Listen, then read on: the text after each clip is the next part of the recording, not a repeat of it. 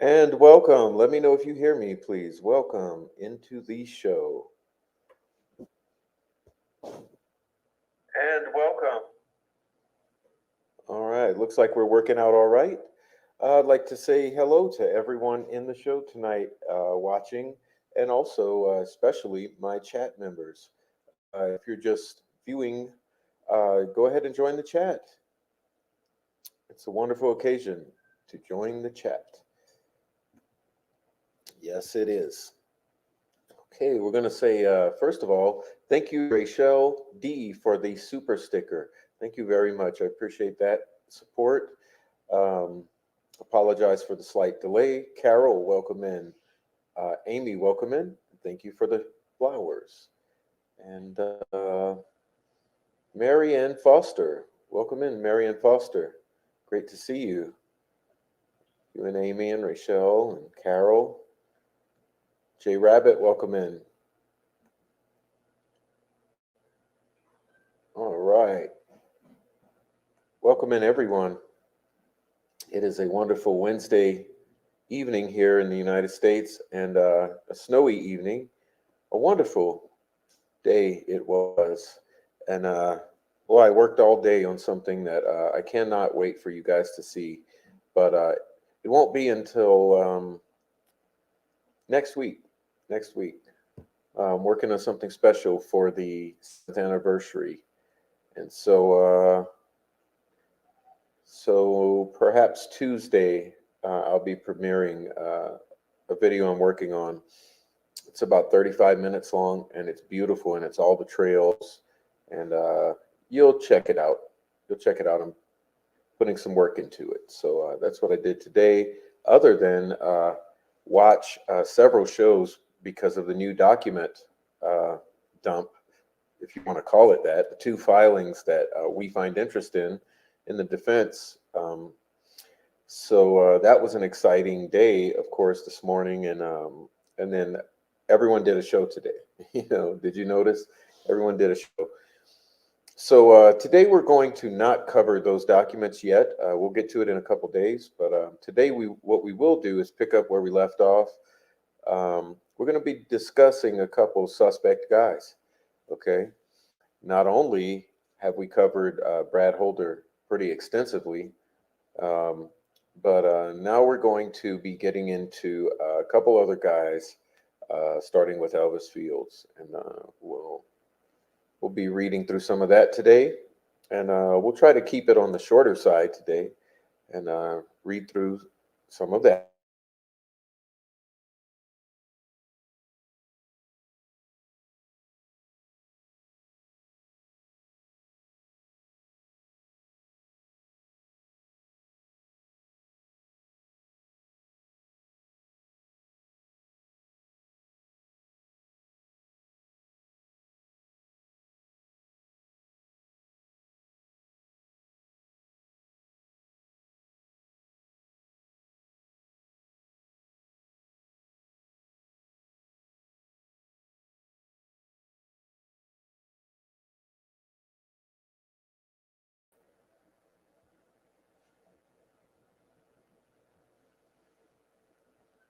All right, looks like maybe we're back.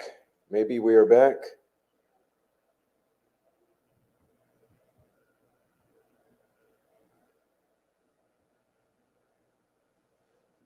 Okay, are we back? Good. Good. It looks like we had an internet glitch. I dropped from 5G down to something else, and now I'm back at 5G. So hopefully, no more glitches. Looks like something happened there. Maybe it was a glitch in the service, but we're looking good now. So here we go. We're going to continue. Um, is it freezing again? Oh man. Okay. If that happens to happen again and we get disconnected, don't worry. If we do get disconnected, I will start another stream in case that happens, but hopefully it won't.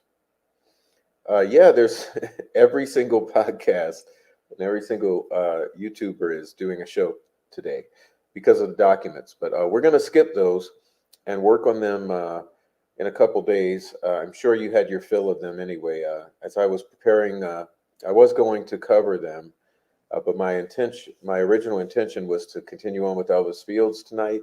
And after watching several shows today, including Bob Mata, uh, Gisela, and Little Joe Lewis, I thought, hey, they've covered it pretty damn well between those three, Gisela, Bob Mata, Joe Lewis. No reason for me to beat it on into the ground. So we'll continue on with our intended episode 4, covering the 136 pages or the Frank's Memorandum. And now we're on page 91. So if you have this document handy with you, turn to page 91. We'll be covering or starting with Elvis Fields today, which is page 91. Can you believe we made it through 90 pages in 3 episodes? So it's about 30 pages an episode, and not too bad. And we get some discussion with the chat in. So somehow we are accomplishing deeds that seem impossible. But here we go. Thank you, Jay Rabbit, for that. All right. I'm glad we're all good. What's up, Noe? Noe's in the house. What's up, Noe? All right, welcome in everyone. If you're here, before we begin, hit the like. Please hit that like, please hit that like, and also, I told you before, please subscribe to the backup channel and support in any way you would like. But most of all, if you're lurking, support by joining the chat. That would be great. Yeah, and what I'd like to say is, I know that we're already 9 hours into this program, and we've covered 90 pages. So about 10 pages an hour. I mean, it's a lot. It's a lot. And to think that Gall didn't even thoroughly read through this document is amazing, because it's taken us nearly uh, 9 hours to go through 2/3 of it. So we will continue, and we'll see what happens. Okay, we'll see what happens, how far we can get today. But I'm very excited to continue to delve into this. I think it's extremely important. Um, Anyone that you know who has not been listening, you might want to suggest that they listen to this coverage of the Frank's Memorandum, which is something incredibly important. 136 pages of very important things to consider, at least, when thinking about the Delphi murders case. And over here,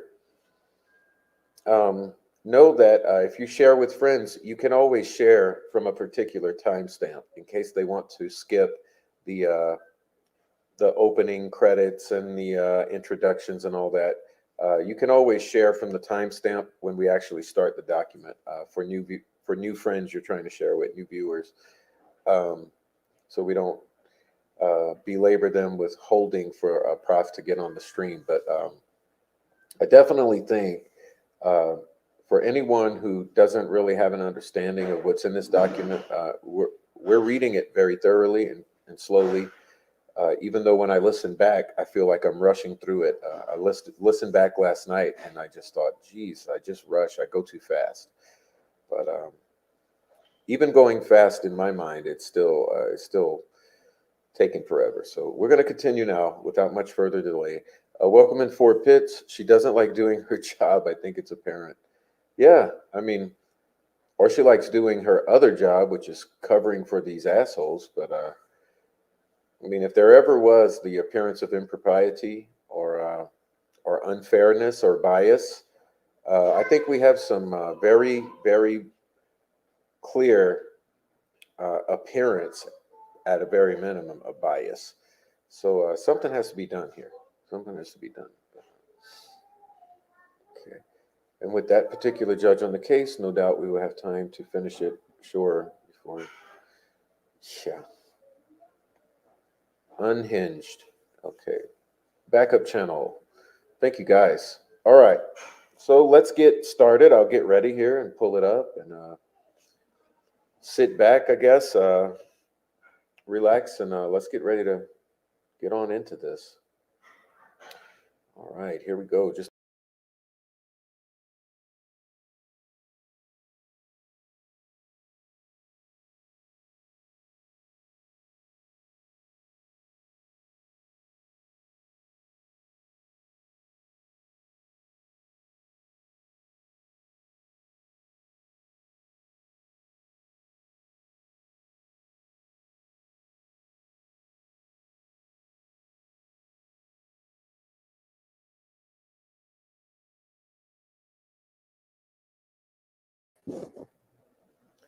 Okay, now here we go. Page 91.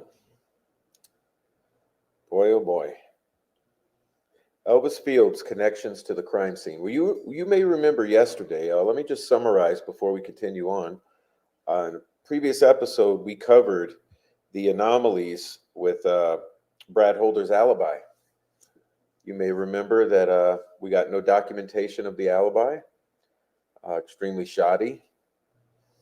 Uh, we have Doug Carter saying no one is cleared, but we have Liggett and Holman saying Holder is cleared. So what's going on here? Remember, Liggett couldn't even remember hardly who Brad Holder was when he was deposed. He either intentionally or recklessly concealed this Odenite and Holder connection and information from Diener, who then conveniently recused himself. So concealed evidence over and over and over and over with this case. From the days of Diener to the present. Just the news that broke today with the filings made it very apparent that we're dealing with something that no one should be dealing with who's accused of such heinous crimes. So let's get on into Elvis Fields. Elvis Fields' connections to the crime scene.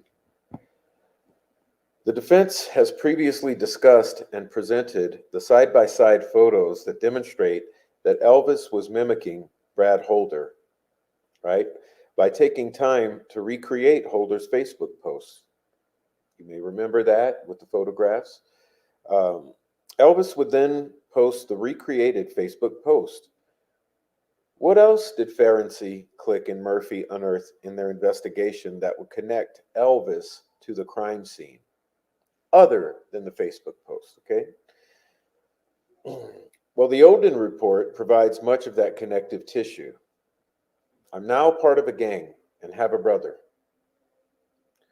On page 1 of the Oden report, Mary Jacobs told law enforcement that on February 14, 2017, remember, this is the day the girls are allegedly found, February 14th, 2017. Elvis was rambling. He was hyper and borderline incoherent. Sounds like he was spun up into a frenzy, doesn't it? Remember, he is alleged to have something of a 7 to 8 year old mentality. He was talking about having a brother, even though Elvis had no male siblings. And he was now part of a gang.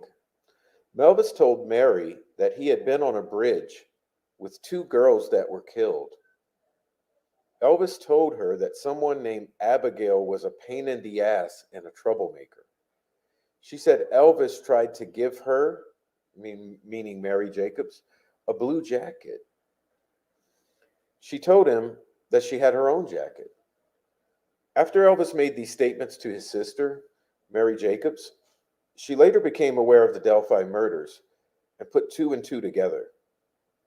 Sometime 2 to 3 weeks after Elvis made these statements, Mary Jacobs and her husband, Troy, drove to Delphi. While in Delphi, Mary Jacobs talked to law enforcement about the things Elvis had told her on February 14, 2017, the day the girls were found.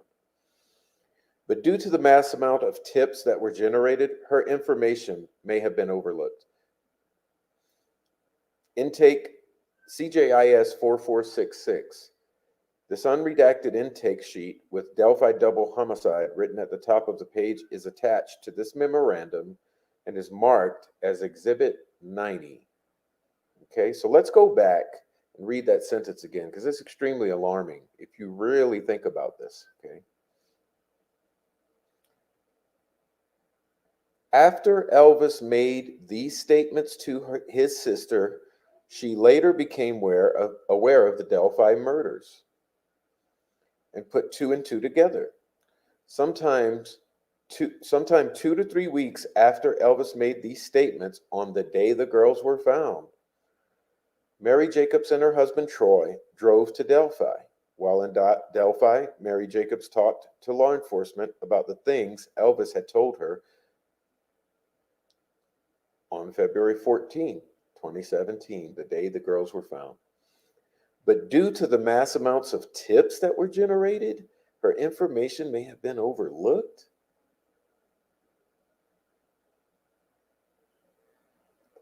She's bringing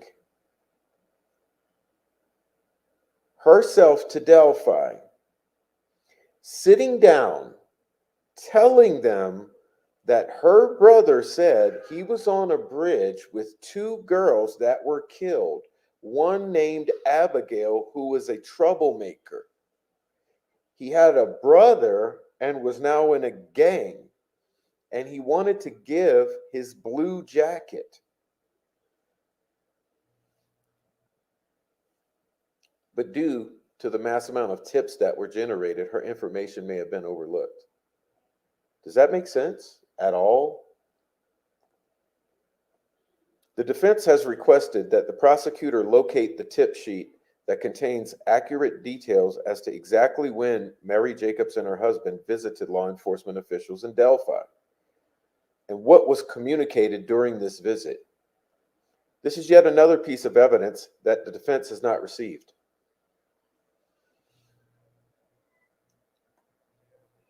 If my spit is found on the girls, but I can explain it away, would I still be in trouble?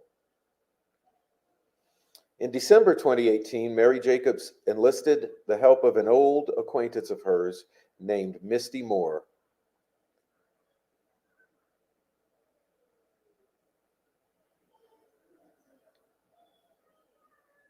Since law enforcement had not followed up with Mary Jacobs from earlier in the year when she drove to Delphi and described what Elvis had told her, Mary was still concerned that Elvis was involved in the murders, but nothing was being done about it.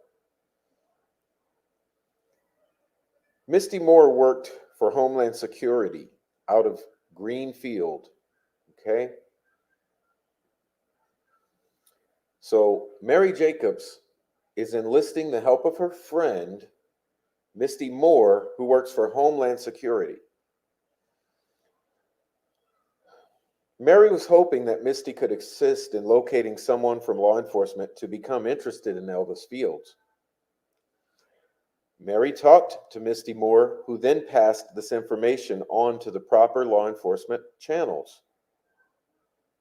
The unredacted copy of investigative thread 12253 is attached and marked as Exhibit 91 and filed confidentially. It details the circumstances surrounding how Misty Moore became involved.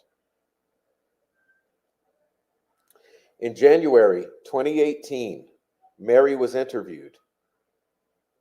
On February 1st, 2018, the state police gave Mary Jacobs a polygraph to determine whether Mary was being untruthful or truthful about what Elvis had told her almost a year earlier.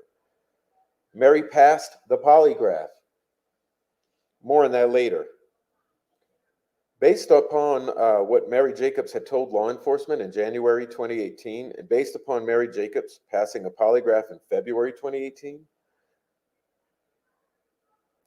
law enforcement interviewed Elvis on February 27, 2018, a year and 10 days. Well, it's not 10 days, is it? It's 14 days. A year and 2 weeks. This interview was videotaped, but the defense team just received this video on September 8, 2023. Well, thank goodness it exists, considering what they have already done by destroying other evidence. So Mary, on her own volition, has gone to law enforcement twice. First, she goes immediately after the murders and says, look, you guys got to look at him. My brother, he said this and this and this. Okay.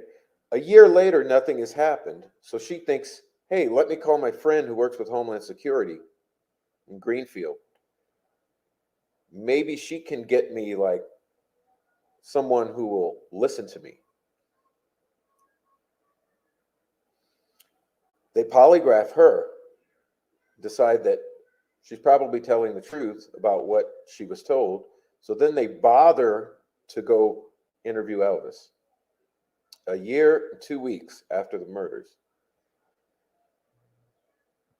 Jerry Holman from the Unified Command conducted this interview of Elvis. Kevin Murphy was also present. During this interview, Elvis agreed to take a mouth swab that would be used for DNA.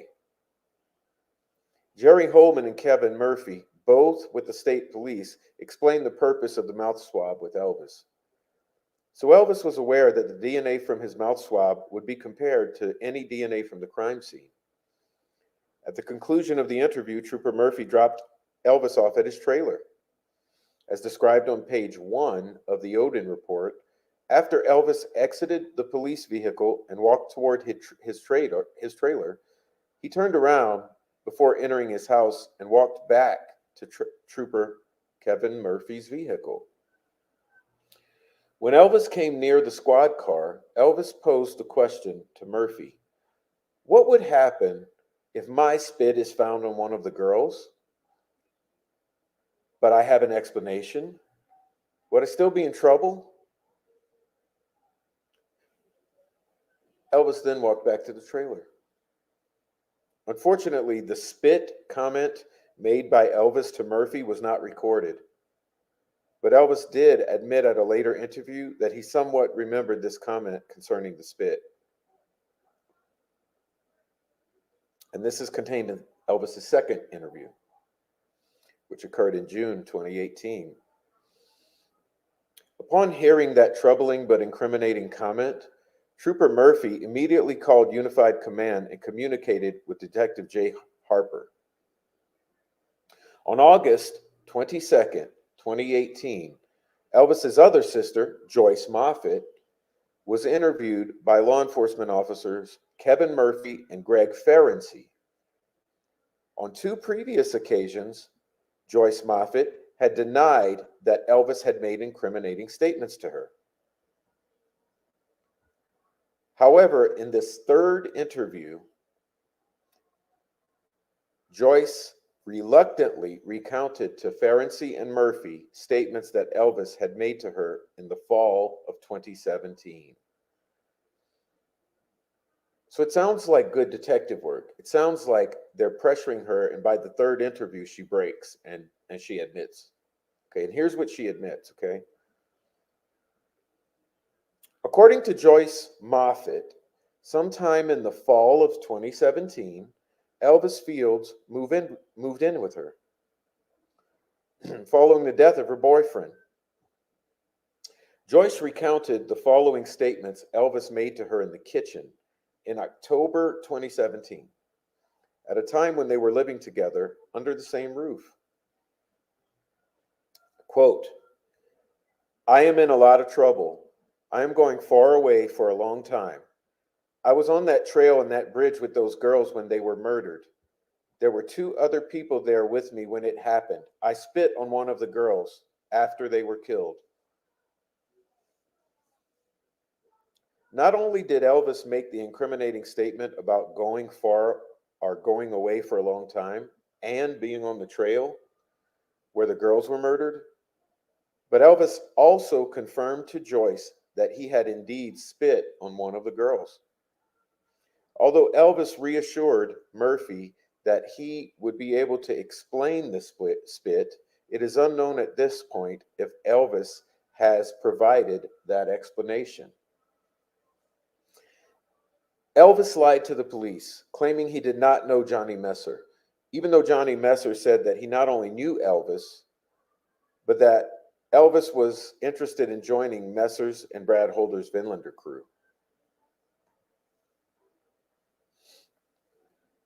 Okay, once again, Elvis lied to the police, claiming he didn't know Johnny Messer, even though Johnny Messer said that he not only knew Elvis, but that Elvis was interested in joining his and Brad Holder's Vinlanders.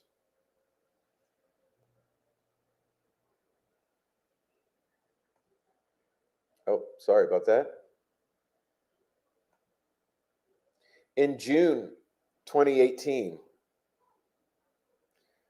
Elvis unequivocally denied knowing the recruiter Johnny Messer. Elvis's June 2018 interview, approximately at the 15-minute mark, is attached as Exhibit 92. The denial is important as it is evidence that Elvis knew that a connection to Johnny Messer would connect him to Brad Holder. And here we go with intent. Here we go with intent.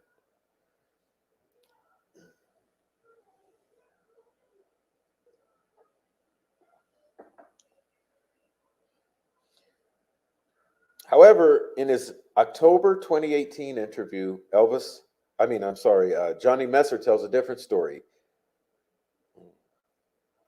In that October 23rd, 2018 interview, Johnny Messer states that Elvis lived with his uncle, Billy Messer. This is Johnny's uncle, Billy Messer. Elvis is living with Billy Messer. All of the information can be found in Johnny Messer's October 23rd, 2018 interview.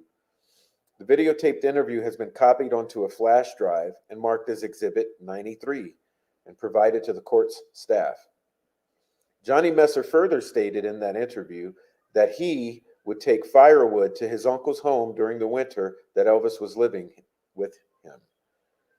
Okay, most importantly, Johnny mentions that Elvis's boss, Ned Smith, remember his father figure who was by his side 24/7, who didn't want Elvis to be interviewed without him? Elvis's boss, Ned Smith, and his roommate, Rod Abrams, were all interested in joining Messer's Vinlanders Club. Remember, Brad Holder was also affiliated with that club. Okay. So Messer, Elvis, Ned Smith, and Rod Abrams were all interested in joining Johnny Messer's crew and Brad Holder's, the Vinlander crew. However, Johnny claims that the Vinlanders would not be interested in the likes of Elvis, Rod, and Ned. Okay. So Johnny's poo-pooing the idea. He says, we're not interested in those guys. The importance of Elvis lying to the police about knowing Johnny Messer cannot be understated. Elvis had to know that if he was connected to Messer, then he would eventually be connected to Holder. It should again be noted that it is interesting that Ned Smith pursued an attorney for Elvis. In supplement number 523, on June 28, 2018, attorney Joe Gonzalez contacted Trooper Jay Harper and informed Harper that Elvis would not be taking a polygraph pursuant to her advice. Trooper Harper had told the attorney that if Elvis refused to take the polygraph, that he could not be excluded as a witness and would always possibly be under the consideration as a person of interest. Then, in spite of his claims that Elvis would continue to be a person of interest, Harper ended the report by indicating that no further at this time will be conducted regarding Elvis Fields. In other words, Harper was talking out of both sides of his mouth, telling the attorney that Elvis would continue to be a suspect, but then closing the book on Elvis by stating that there was nothing further to do at this time. Supplement 523 narrative is marked as Exhibit 94 and attached to this memorandum. It should be noted, again, that it is interesting that Ned Smith pursued an attorney for Elvis and that Ned Smith wanted to sit in on Elvis's October 2018 interview. In doing so, Ned was able to learn what type of questions were being asked of Elvis and provided Ned the ability to end the interview if Elvis started saying anything incriminating to Elvis Ned, or Rod Abrams. Okay, now remember, we're talking about Ned Smith, the self-proclaimed father figure to Elvis Fields, the mentally challenged man. Okay? Again, it should be noted that it is interesting that Ned Smith pursued an attorney for Elvis and that he wanted to sit in on the October 2018 interview. In doing so, he was able to learn what type of questions were being asked and not and provide and be provided the ability to end the interview if Elvis started saying anything that was incriminating to Elvis, Ned, or Rod Abrams. This person who wanted to sit next to Elvis at the interview and had previously paid for an attorney for Elvis is the same Ned Smith that, according to Johnny Messer, wanted to join Holder's Vinlander crew. All right, we getting an understand of what's happening here? Elvis's purported alibi.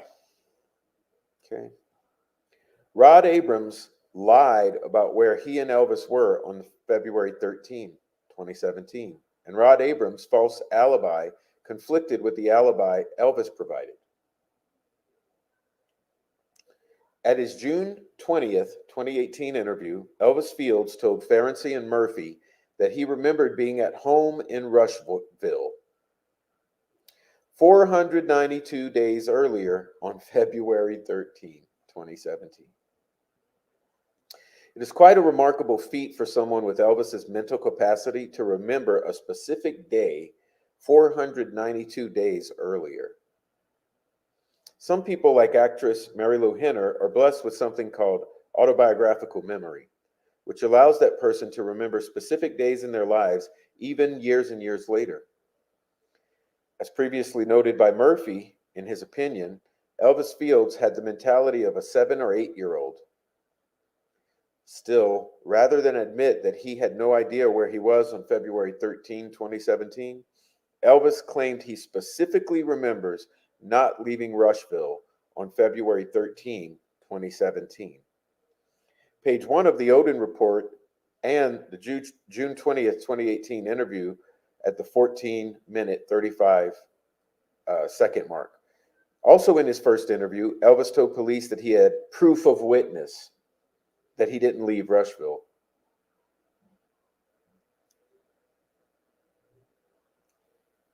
Autobiographical memory must be in the water in Rushville, as Rod Abrams, when interviewed, was able to remember exactly where he was 562 days later. In addition to remembering that they were at the hospital in Muncie, Rod also stated that both he and Elvis had their phones with them. When told that law enforcement would check the cell phone records to see if Rod was actually in the hospital in Muncie, Rod explained that hospitals cut cell reception on phones because they interfere with hospital equipment.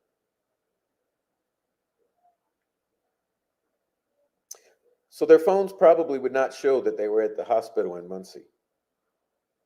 In supplement number 542, Joyce Moffett interview provided in Discovery, handwritten notes, presumably of law enforcement, state the following. Fields, Ned Smith, Rod Abrams, not in Muncie on February 13, 2017, at the hospital.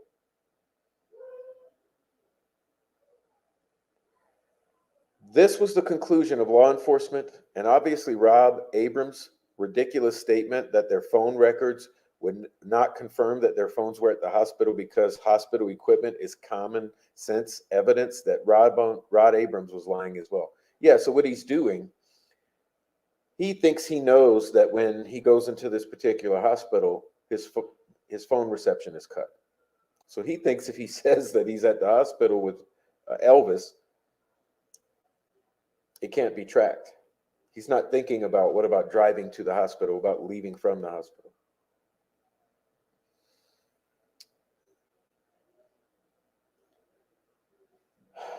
The phone problem.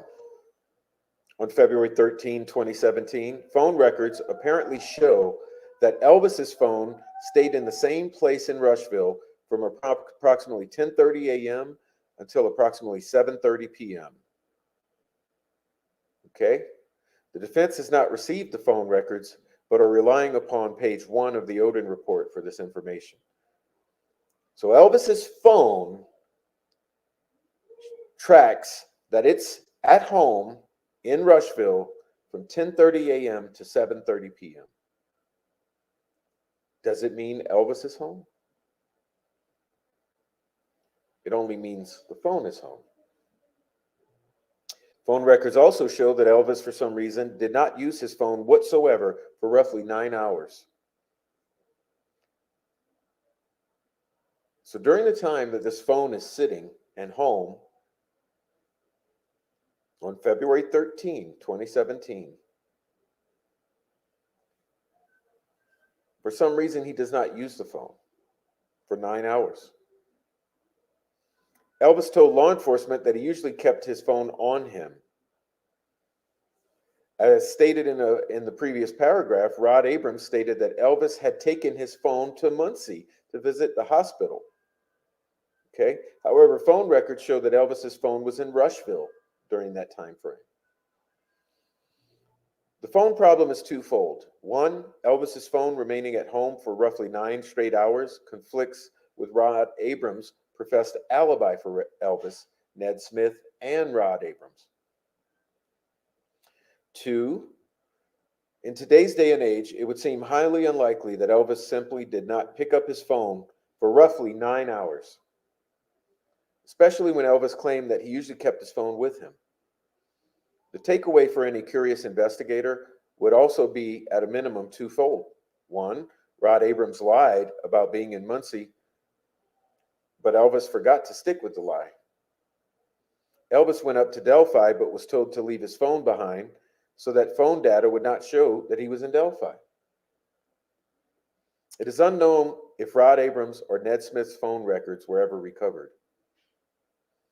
Suffice to say, Elvis and Rod Abrams' alibis are beyond highly suspicious. And remember, Brad Holder's is not confirmed.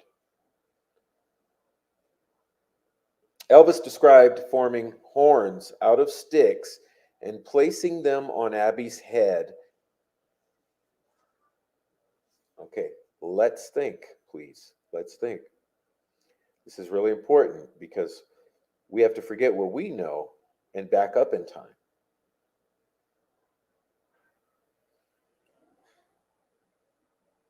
Elvis describes forming horns out of sticks, placing them on Abby's head at the crime scene.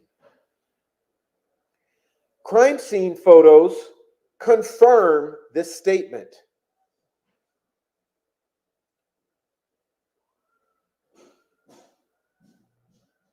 Perhaps the most damning piece of evidence that links Elvis to the crime scene was found in an unusual place. The middle of a report that memorialized the results of Mary Jacobs' polygraph exam. See Exhibit 98, close-up photograph of the sticks above Abby's head, remember, on top of the hair.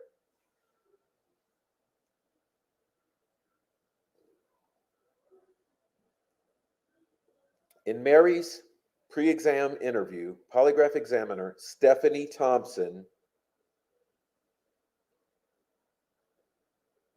rest in peace, recorded that Mary Jacobs stated the following: Elvis told Mary that Abigail is a little troublemaker, that he placed leaves on her and used sticks to give her horns. Again, in Mary's pre-exam interview, Stephanie Thompson recorded that Elvis told her that Abigail is a troublemaker and he placed leaves on her and used sticks to give her horns. Horns and antlers are common symbols used in pagan rituals. And Brad Holder himself displayed the Odinite fascination with horns on his Facebook post. Find attached Exhibit 97 from Brad Holder's Facebook page. As you can see, the middle photograph is an image of a person with small stick-like antlers on top of their head. Find attached a close-up photograph of Abby's head, poor Abby's head, from the crime scene. From a distance, it's not immediately noticeable. However, upon closer inspection, it's obvious that someone involved in the killings intentionally placed small sticks from a tree on top of Abby's hair, on top of her head, to resemble horns or antlers. The horns formed from sticks on Abby's head look similar to the image found on Holder's Facebook page. Exhibit 97. Remember Elvis Fields' habitual duplication of Brad Holder's Facebook photos. The defense has not viewed one single report that discusses the sticks placed atop Abby's hair, shaped like horns or antlers, being compared with Elvis's statements to his sister that he shaped sticks into horns on Abby. Therefore, the presumption is that Unified Command never figured this out, or knew it and didn't want to share it.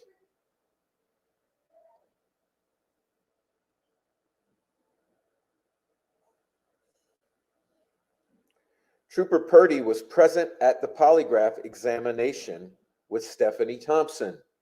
Rest in peace.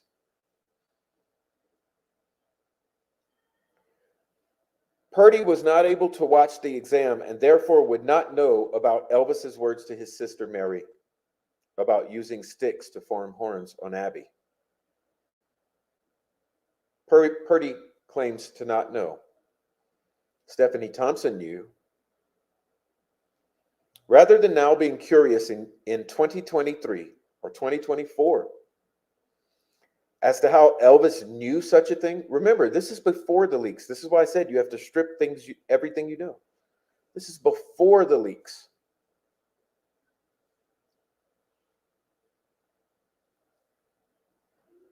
Rather than now being curious in 2023 as to how Elvis knew such a thing, and then using this new information as a basis to secure a search warrant or even an arrest warrant on Elvis, when factoring in all the other evidence and confessions to both of his sisters, sadly, it is expected that law enforcement will do the same thing, do the exact opposite of being curious. It is expected that law enforcement will claim that the photograph does not prove anything, or that the defense is exaggerating the photograph.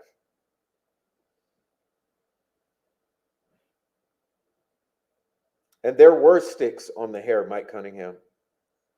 There were sticks shaped into something like antlers or horns laid on top of the hair of Abby on the ground. There is no doubt about it.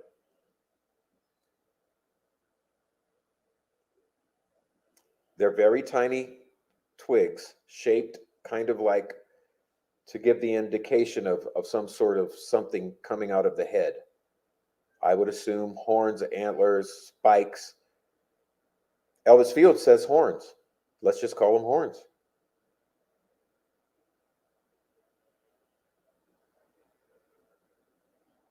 Perhaps Unified Command will huddle together and establish the go-to party line stance on how to deal with the problems created with the polygraph exam information and a photo of the sticks formed as horns on Abby's head in the crime scene photos.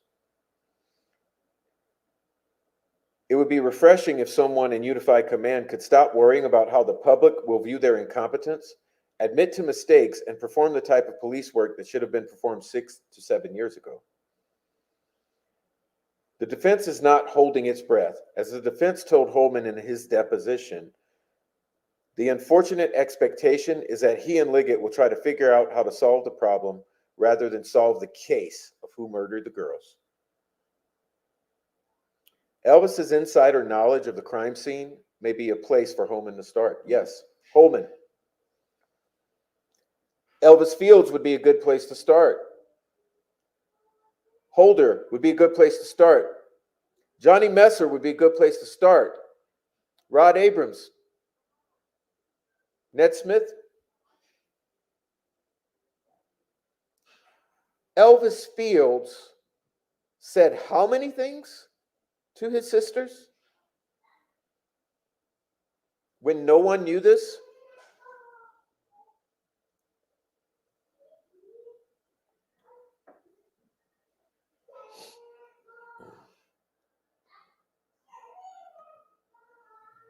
Again, part of the Franks analysis involves the court reviewing the behavior of law enforcement to determine whether Liggett intentionally concealed and falsified evidence in Liggett's affidavit for a search warrant.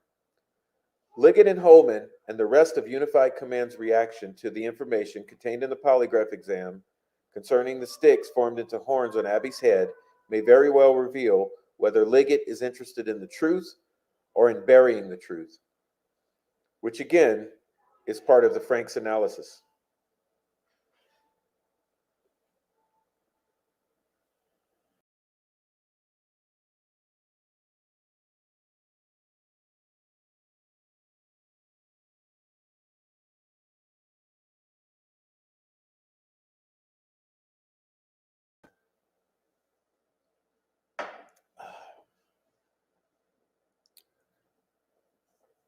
Again, part of the Franks analysis involves the court reviewing the behavior of law enforcement to determine whether Liggett intentionally concealed and falsified evidence in Liggett's affidavit for a search warrant.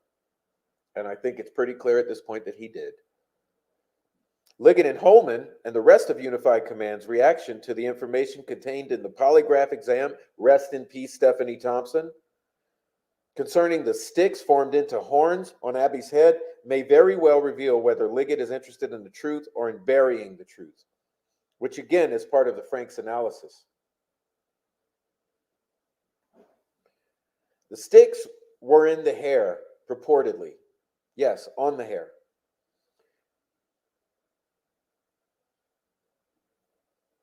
It could be anything. But I can see horns too, because only the person who did it knows. And he says horns. And how would he know? Patrick Westfall's connection to the crime scene. One moment.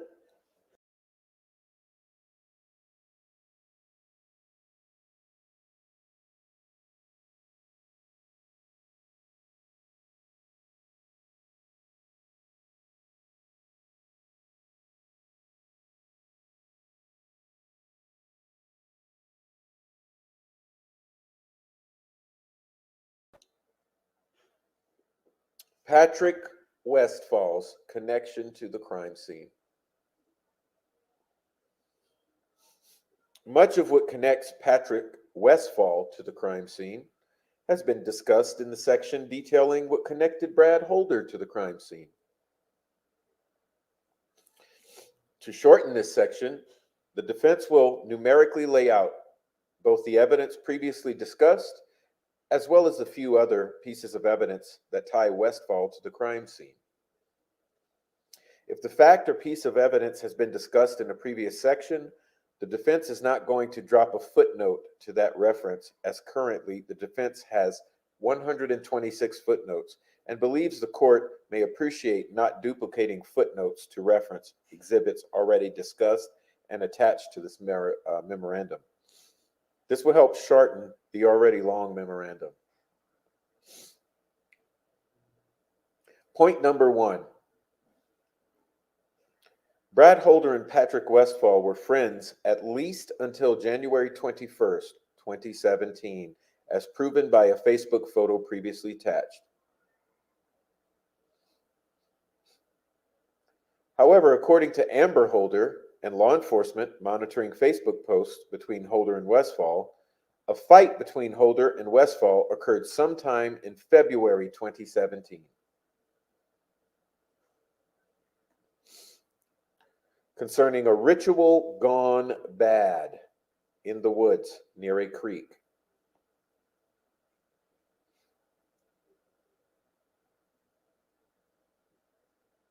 The Odin report. In the Odin report, Brad Holder told Amber Holder that the person who murdered the girls was Patrick Westfall and his crew. Furthermore, as referenced in the Odin report, Brad Holder told Amber Holder that Patrick Westfall is dangerous and has powerful friends that will protect him, and that she needs to back off, or he, Brad Holder, will not be able to protect her. Is it Patrick Westfall's powerful friends who are protecting him to this day? Is it Patrick Westfall's powerful friends who are protecting Elvis Fields to this day?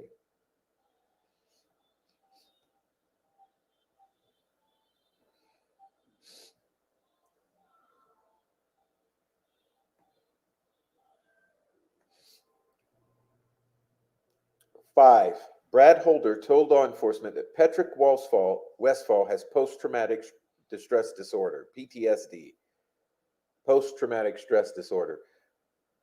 Remember, after coming back from Afghanistan.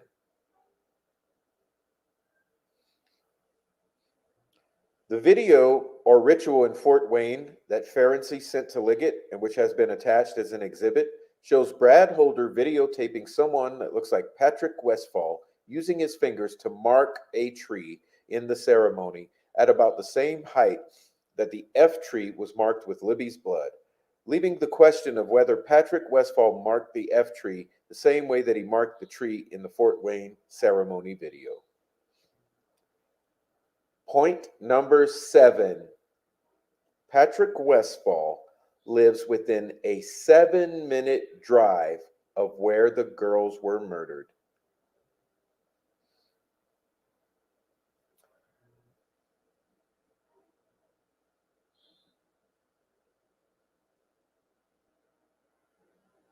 Johnny Messer and Brad Holder commonly hung out at the Monon High Bridge and in the woods around the High Bridge.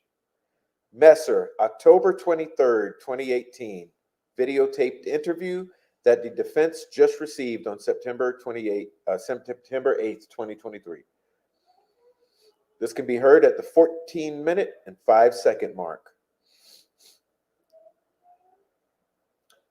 I'll read that one again for you guys.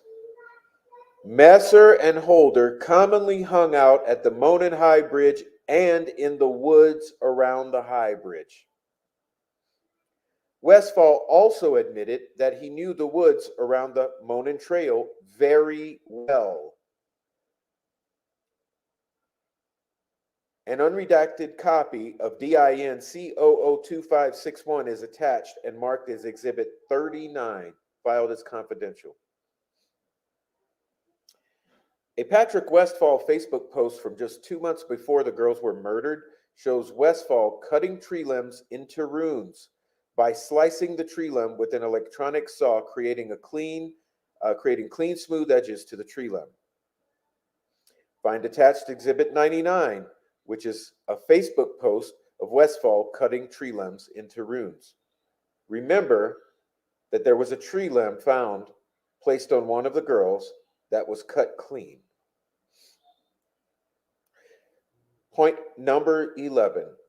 In that Facebook post, Holder is commenting, cutting runes. Now think about it. Typically, one would think cutting runes could be something like cutting a small block to then imprint a rune on, or perhaps carving a rune into a wooden object or some other type of object.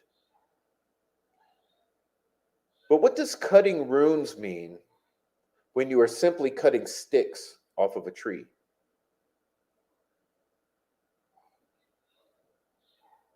Is it perhaps because you're going to use those sticks to form runes, therefore you are technically cutting runes because those sticks are destined to become runes?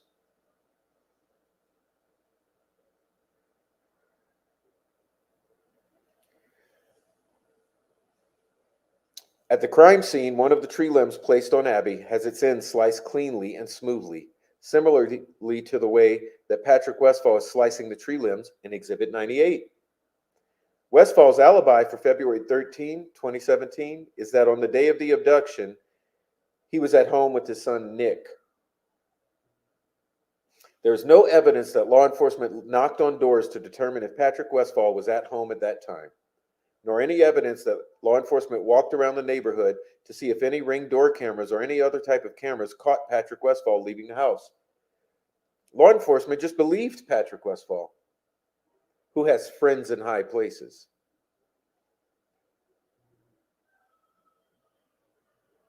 "15.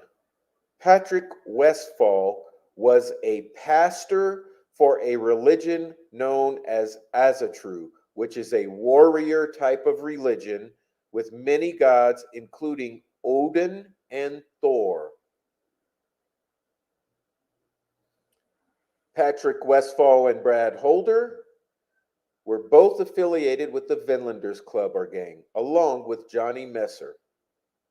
This information is contained in multiple places, such as DIN C002561, Exhibit 39, and in various points in Johnny Messer's October 23, 2018 videotape statement that was only provided to the defense on September 8, 2023. Unfortunately, the defense did not have time to call the exact timestamps for those references, wanting to get this motion filed, but can provide that info if the court deems necessary so that the court does not have to watch the entire video. On March 2nd, 2017, only 16 days after the girls were found murdered, Unified Command member Kevin Hammond indicated that there was no lead required concerning Patrick Westphal, meaning no further need to investigate Patrick Westphal.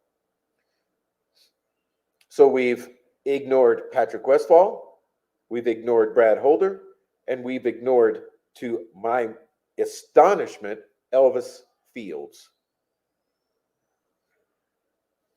Patrick Westphal is connected to the crime scene in multiple ways. It is unknown if Brad Holder threw Patrick Westphal under the bus to Amber Holder in order to take the stink off himself, or if Brad Holder knows that Westphal murdered the girls and then marked the tree like he did in the Fort Wayne ceremony. Either way, it cannot be stated that one single solitary softball interview between law enforcement Patrick Westphal is disgraceful, considering everything listed above that links Westphal to the crimes. Let's repeat that. It appears that Westphal was interviewed one time on February 19, 2017. 2 weeks later, on March 2nd, 2017, Westphal was eliminated as a suspect. The defense is unaware of any search warrants requested on Patrick Westphal to determine whether this Azatru pastor, Odinite, had taken clothes of Abby or Libby as ceremonial keepsakes, or even if he saved Abby's blood. By looking at the 5-paragraph report generated from the only interview of Patrick Westphal, it looks like law enforcement did nothing but lob giant softballs at Westphal, who has friends in high places, rather than conduct an intense interrogation by the way citizens would expect from someone that evidence shows is so closely connected to these crimes. Okay. Let's get on to Johnny Messer. Johnny Messer. As previously discussed, Johnny Messer was close with Brad Holder and Patrick Westphal, and also knew Elvis Fields, Ned Smith, and Rod Abrams. Johnny Messer knows everyone in this circle. Furthermore, as previously discussed, Johnny Messer was a recruiter for the Vinlanders.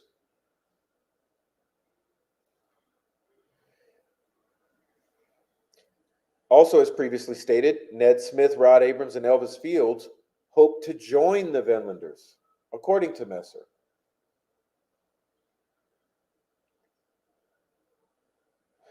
Around Valentine's 2017, Johnny Messer went up there to Delphi to hang out with his Vinlander buddy. See Odin Report, page 5. As stated earlier, Patrick Westphal claimed to be at home in Delphi on February 13, 2017. Brad Holder claimed to be in Logansport on February 13, 2017. Therefore, if Johnny Messer was going up there to visit his Vinlander buddies, he was going to Delphi to spend time with Westphal, who was like Messer's brother, or possibly to Logansport to visit Holder. But he said he's going to Delphi, so I'm going to assume he's going over there to visit Westphal. So the question is, was Holder there or not?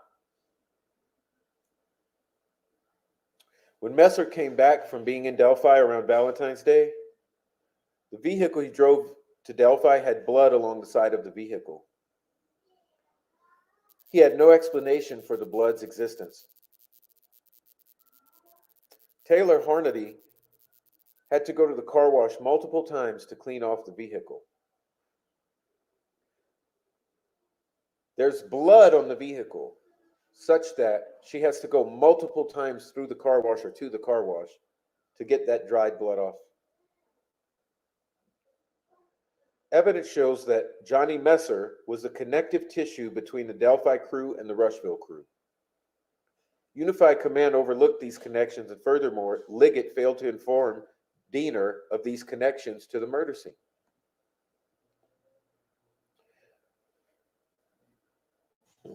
Messer claims he goes to visit Delphi.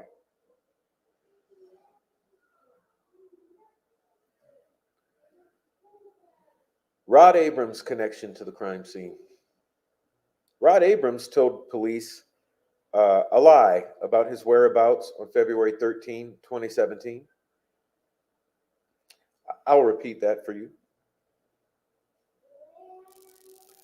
Rod Abrams told police a lie about his whereabouts on February 13, 2017. This was discussed and referenced in Elvis's section, as was the fact that Elvis's alibi conflicted with Rod Abrams' alibi. Here are a few other evidentiary nuggets picked from the defense's review of Rod Abrams' February 2018 interview that the prosecution just provided the defense on September 8, 2023.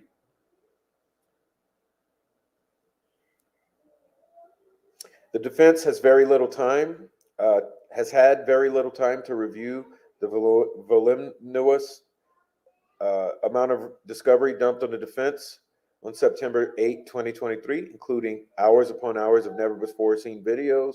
Therefore, the defense will do its best to detail the important aspects of Rod Abrams' video with reference to the mark in the video where the words are spoken. And remember that the defense has just had another dump of evidence or discovery.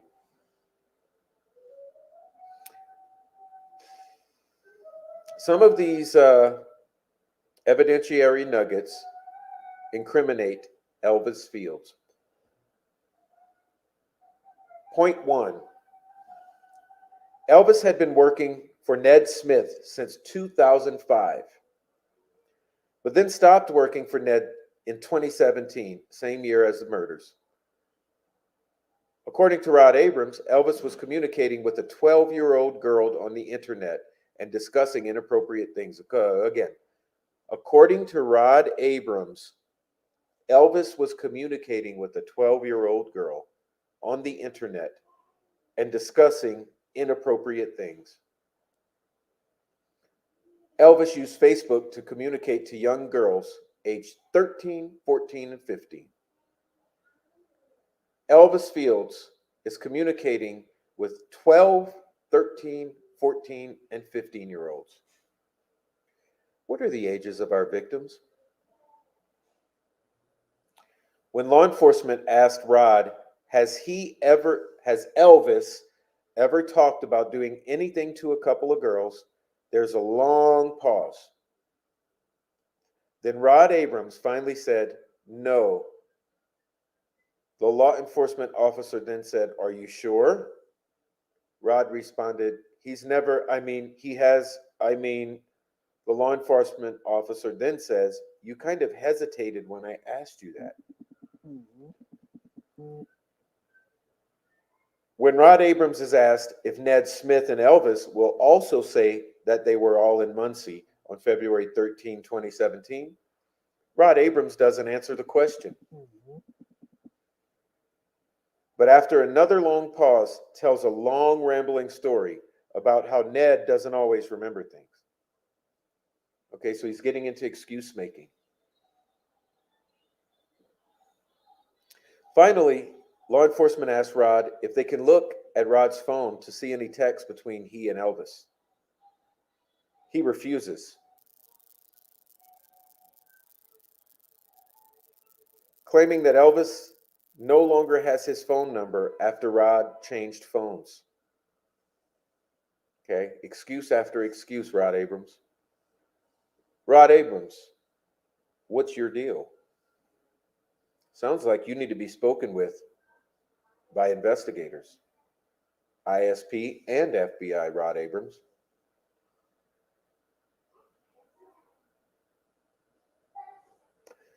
According to Johnny Messer, Rod Abrams, along with Elvis and Ned Smith, were all interested in joining his and Holder's Vinlanders. The lies about Elvis's alibi should have been especially alarming to Unified Command. However, the items enumerated above all should cause Unified Command to pause about Rod Abrams and Elvis Field's involvement in the murders. Conclusion of Part 2. Part 2 was dense with information. However, the court should be able to see that Tony Liggett knew about the obvious connections between Odinism and the murders, and specifically the connection to Brad Holder, Patrick Westphal, Johnny Messer, Elvis Fields, and Rod Abrams. Again, Liggett knew about the connections between Odinism and the murders, specifically about the connections to Brad Holder, Patrick Westphal, Johnny Messer, Elvis Fields, and Rod Abrams, based upon discovery.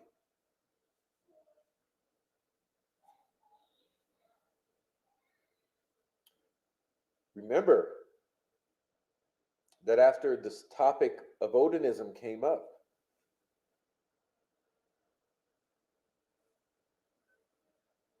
magically, the Odinist patches disappeared from the guards at Westville. Someone's whispering under the table here.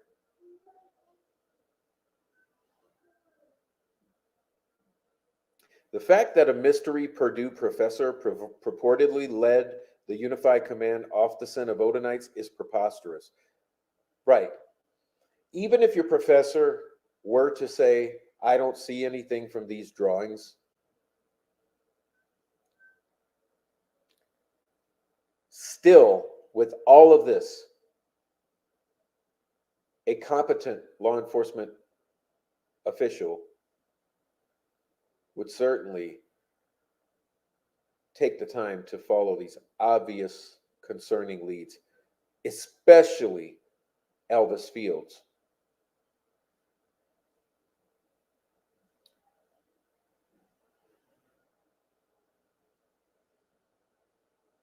Additionally, according to Todd Click's affidavit, the FBI Cold Case Unit determined that Odinites were involved in the murders. The FBI Cold Case Unit determined that Odinites were involved in the murders. The FBI determined that Odinites were involved in the murders. But Unified Command did nothing to investigate the Odinites. Unified Command seemingly rebuffed the Rushville investigators. That's Ferenczi, rest in peace, Murphy, and Click, who believed, based upon a large collection of evidence, that Holder, Westfall, Fields, Messer, and Abrams were all involved. Rest in peace, Stephanie Thompson. Liggett's concealment of this Odinite information from Judge Diener was intentional, reckless, or both.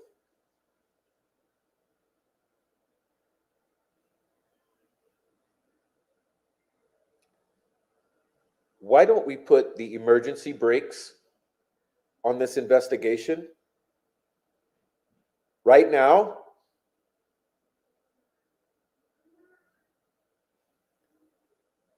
And go back and look at these folks?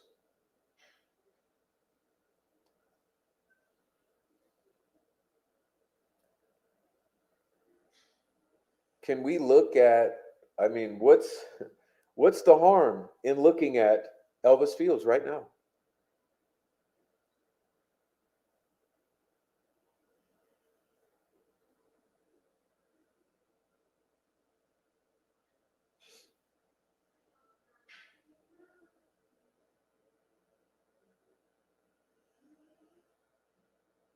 Was Stephanie Thompson murdered? We know that Greg Ferenczi was murdered by one of these guys. Was Stephanie Thompson murdered by one of these guys?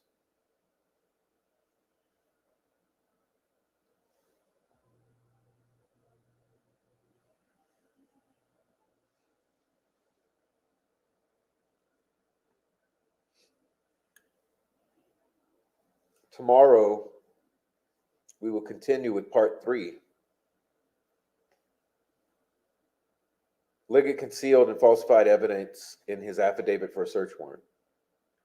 Picking up at page 105 tomorrow.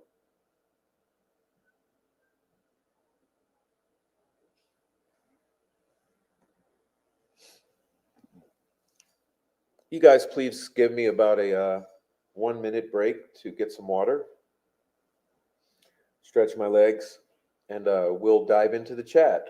We have a very small crowd here tonight. I think everyone is burned out from the long day of podcast, uh, live streams, and the emotional roller coaster of the 2 filings from the defense today.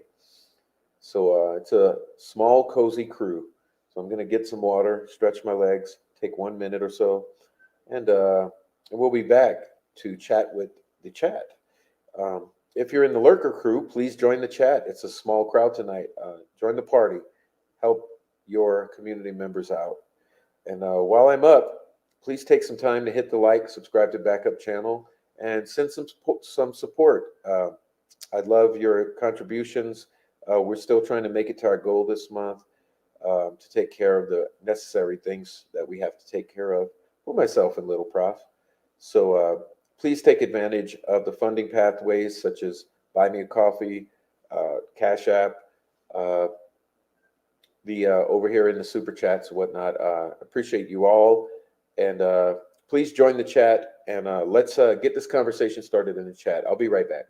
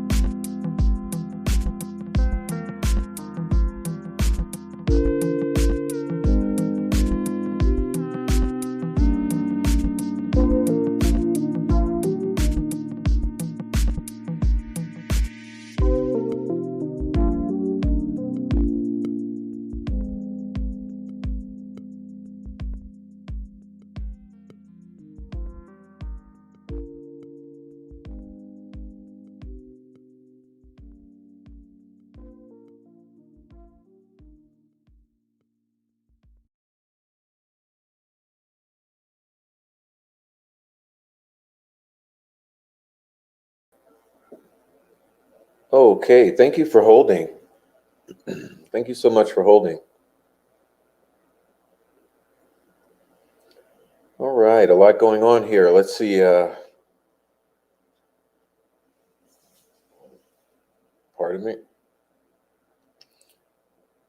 Add Maya Thompson to the list of dead children, courtesy of the demons who roam around freely. Rest in peace.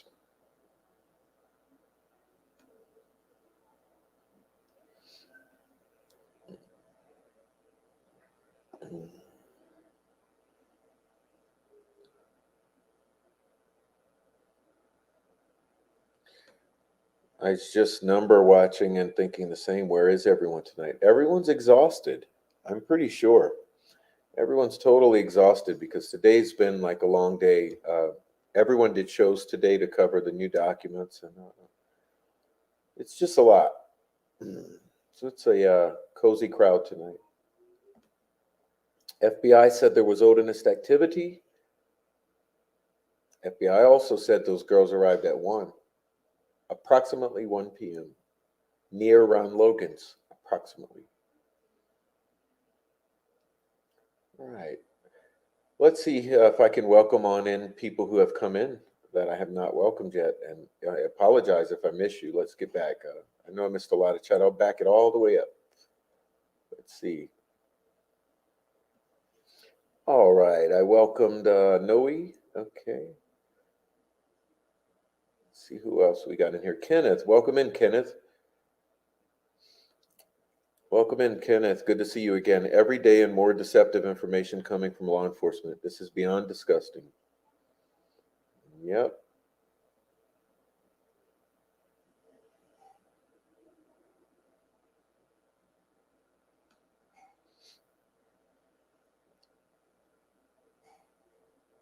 I think she's mad at the Indiana Supreme Court and doing a big middle finger to her peers.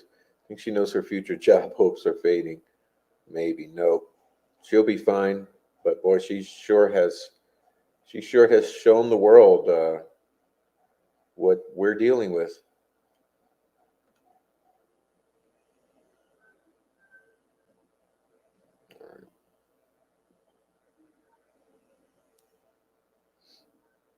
All right. Let's see. Welcome in K West. Mike Cunningham. Welcome in Georgia Jakes. Yeah, she did the right thing, didn't she? I mean, she basically had to force law enforcement to listen to Elvis Fields. She had to force it. She had to pull a favor from a higher ranking friend. I mean, how many red flags do we need to be looking at? Yeah, it's her brother. Both sisters incriminated the brother, and he had knowledge of things he should not have had knowledge of. Welcome in, Pam Sheehan. Thanks for being here. Mike Cunningham says Elvis has left the trailer. Touche. Elvis has left the trailer. What the hell? You guys are crazy.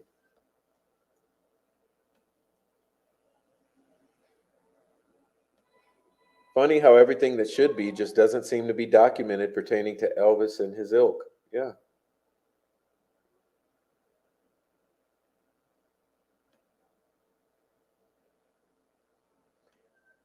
Who could explain any of that shit away? But more to the point, why didn't they make him? Stephanie Thompson had knowledge. Stephanie Thompson had knowledge of this. Red flags. Greg Ferenczi had knowledge of this.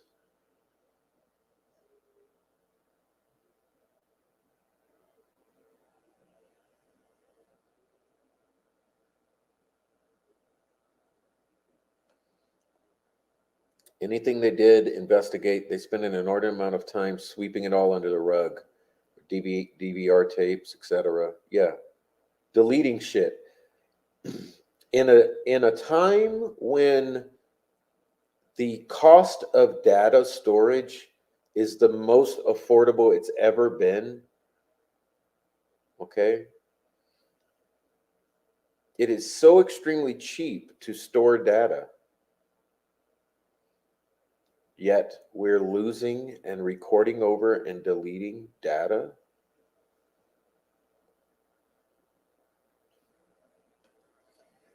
Georgia Jakes says this is exactly how cases like this are solved. Someone at the top, like lead investigator, has to be in charge of what's investigated. And Liggett always said no. Is there anyone clean in law enforcement in Delphi? Nope.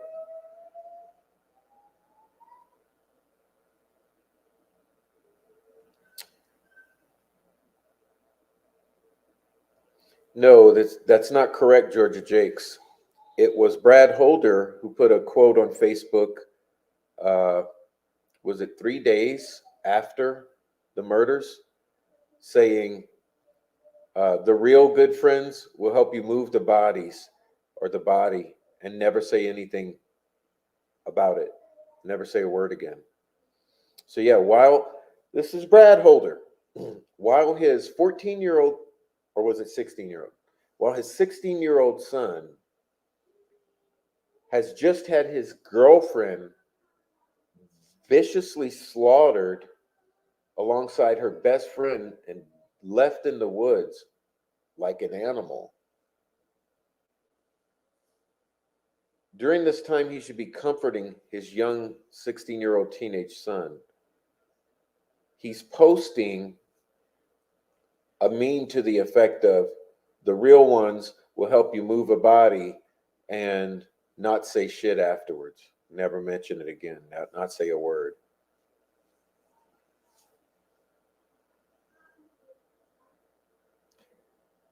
I think you're right on it, Luna Ray.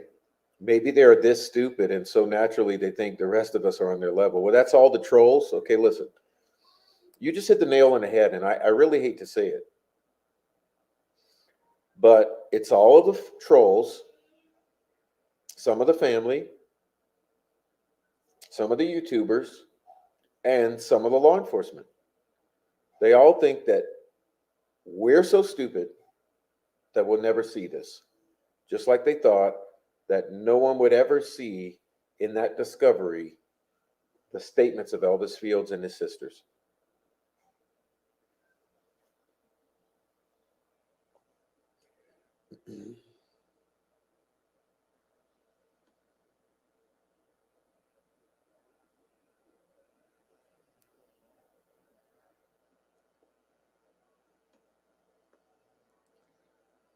Brad Holder in his Facebook laughing also about Richard Allen's arrest and being bridge guy. You'd think he'd stop trolling when he's a better suspect than Richard Allen, by far.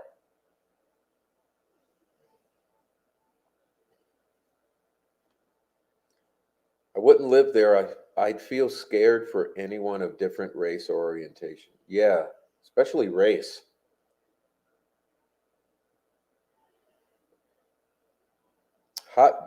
A hotbed of racism, of meth use, of fanatical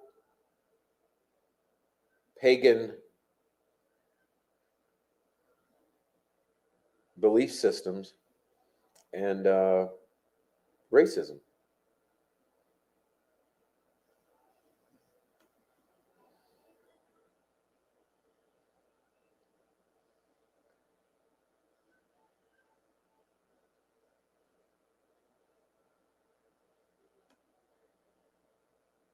Holder idolizes himself and was confident he would get away with everything because blackmail was very effective.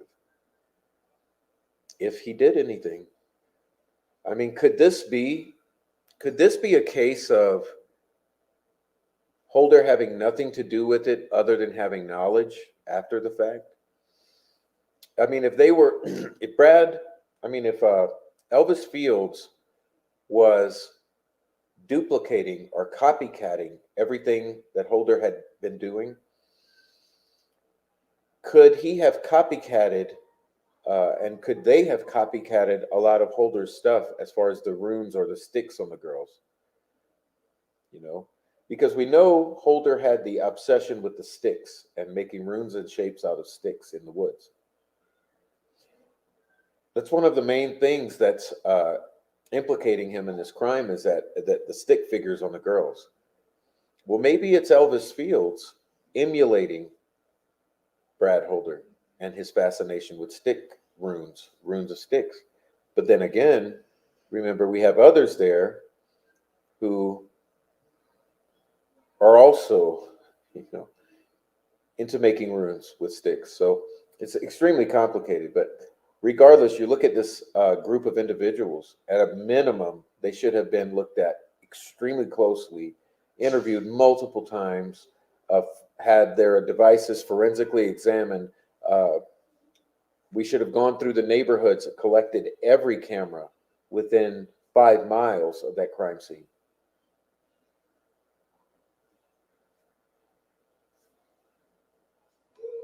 Welcome in, Nancy Drew. Thanks for being here. Now we can start the party. You made it. Welcome in, Nancy Drew.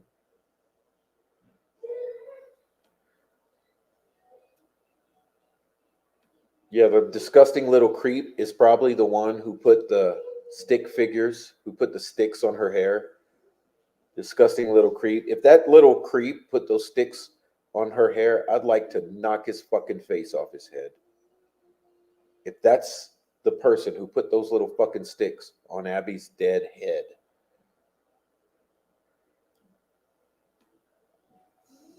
Phones were planned and thought out. The phone they found under Abby was no accident, and they must have had put a pic of Alan on it themselves. Yeah, it's a whole setup with the staging.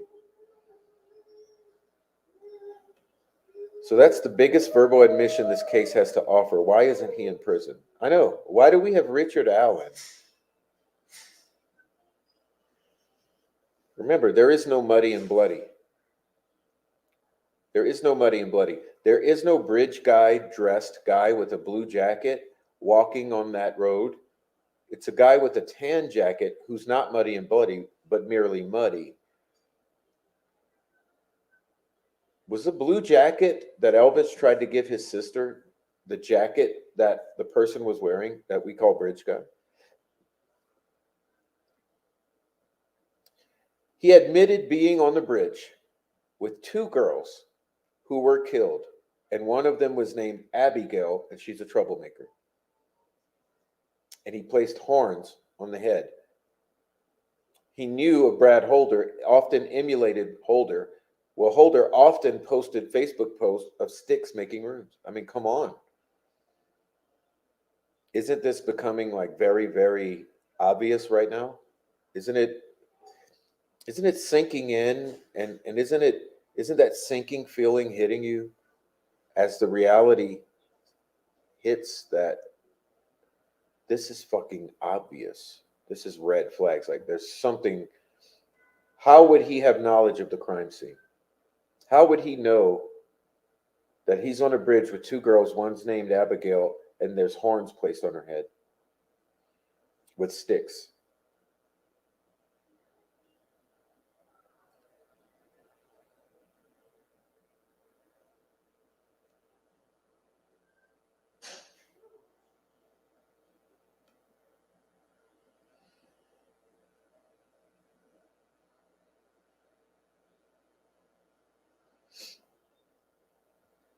Remember, poor little Abby was also displayed in sort of a hangman pose.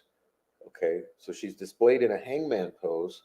She's got the horns for being a troublemaker or wild woman. Okay, the when I investigated the symbology of the horns on the woman, it indicates wild woman. Well, what did Elvis refer to her as? A troublemaker. Okay.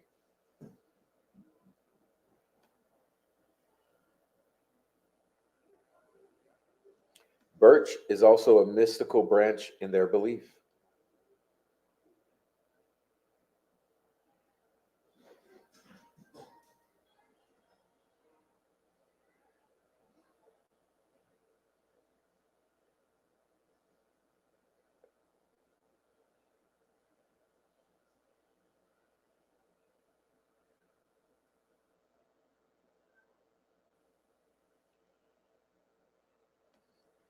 Krampus takes naughty children in folklore, doesn't he? Yep, he leaves their shoes with birch twigs inserted. I'd like to see the photos of these items. Yeah, I can't wait until we see all of those photos. Right. And so Westfall and Holder have a falling out immediately after this because there was a disagreement about what happened. Well, what was it that was the basis of this disagreement? Was it the killing of the girls? Was it possibly something else done to the girls? Did they both agree about the killing, but they disagreed about something else? Did they agree about killing one but not the other? What is the basis of this disagreement? Why doesn't law enforcement have these answers right now? Why doesn't law enforcement have the answers right now as to what was the basis of disagreement between Westfall and Holder?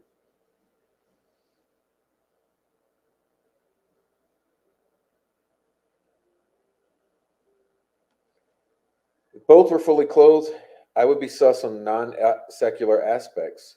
Yeah, remember, we were told from day one by Robert Ives.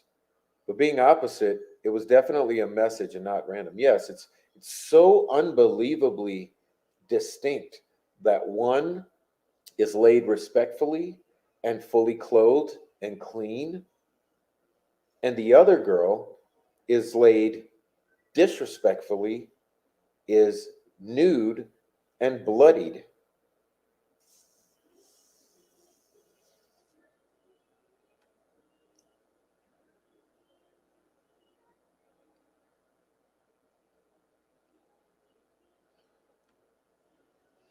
They're protecting the house of cards. Delphi, you're done. It's over. It's over. It is over. The world is watching. We're talking to the world. It's over.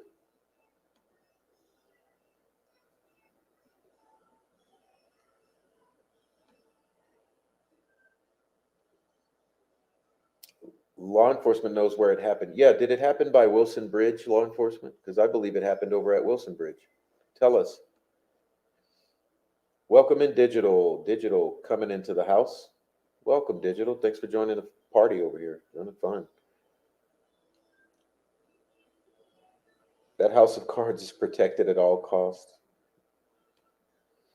All right. I love you guys in the chat. Thanks for being here. It's a very quiet night, isn't it? Very quiet night.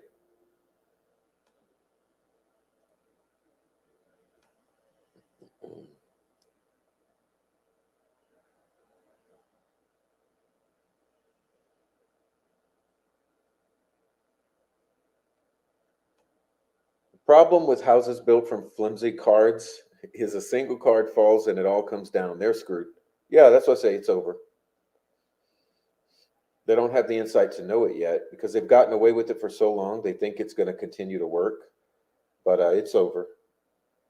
It's over, guys. I told you that 2024 was going to be an incredible year. It was going to be an incredible year.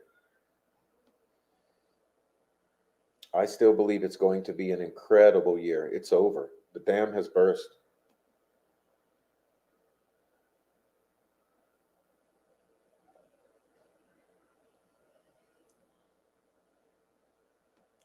If Westfall has friends in high places, it's for nefarious reasons.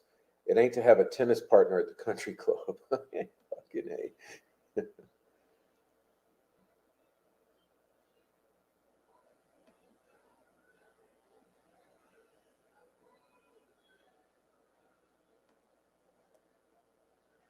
Yep. I'm just throwing these up there without much comment because they're all good comments. But I'm trying to catch up with the group right now. KK alleged that he was there and had parked in the. Okay, Keegan Klein alleged that he parked in the cemetery and was there, and that his father Tony killed the girls and he just helped move the bodies. Why would Keegan Klein claim that?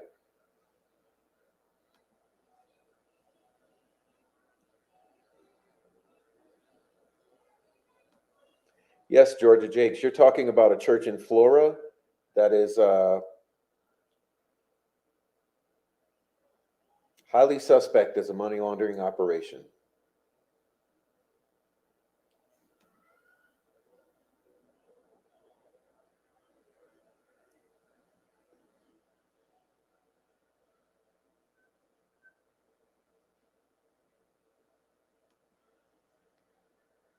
It's a lot of profit for such a small area, such a huge amount of dollar signs on that church that hardly meets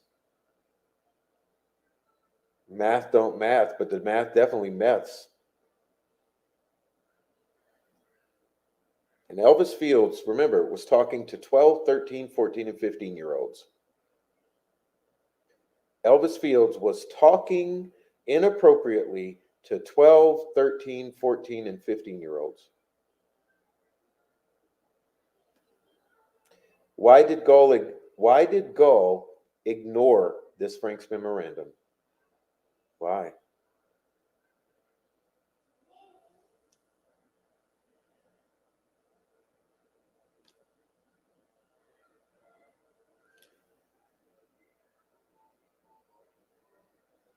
There is DNA, partial DNA allegedly.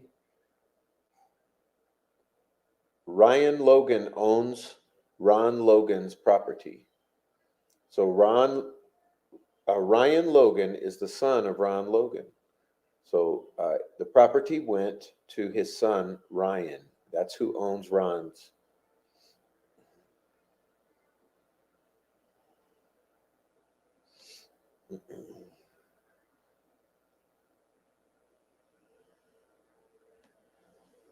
Luna Ray says, I read this repeatedly when it first dropped. I was just sure that Goal would act swiftly, and instead was stunned to hear the announcement from her throne that she had not even bothered to read it. She didn't bother to read it.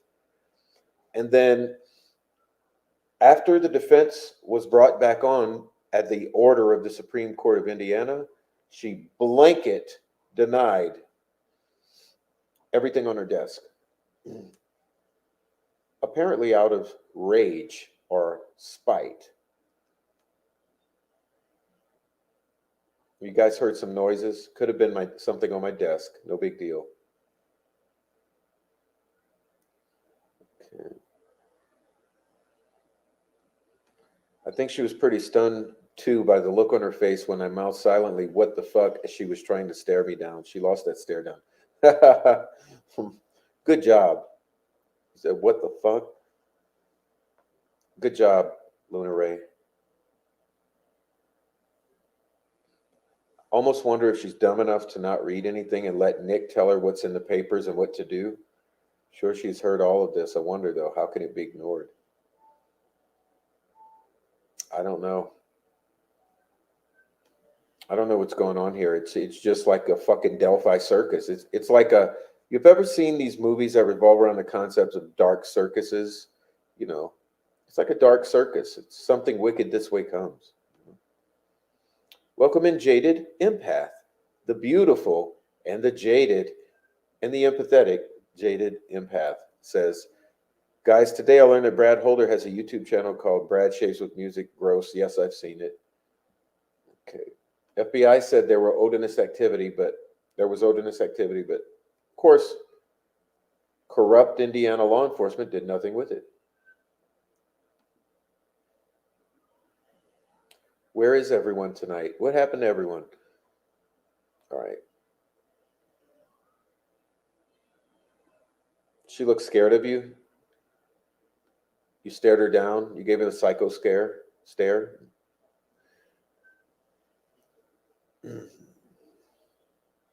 Tell you what, it's the people now have pitchforks. I'll just put it this way.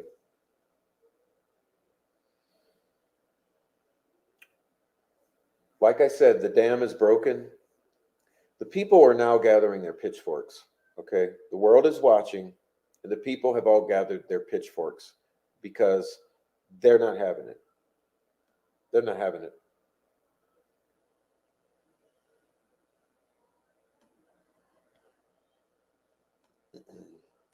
Thank you, everyone, for being here. I love your comments here. I'm almost caught up, I promise. All right. Thank you, Blondie. Blondie 22 in the house. What up, Blondie? Blondie in the 22 in the house. Right.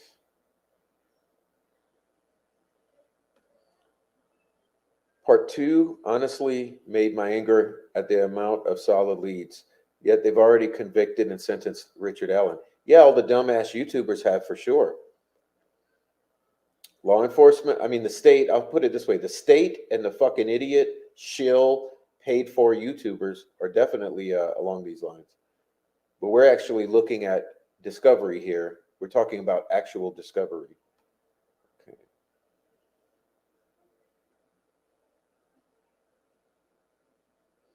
Girl refused to recuse herself. Yeah, big fucking mystery there.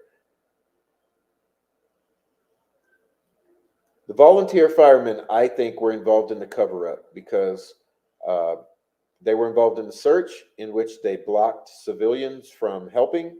And it's my contention that overnight they helped move the bodies.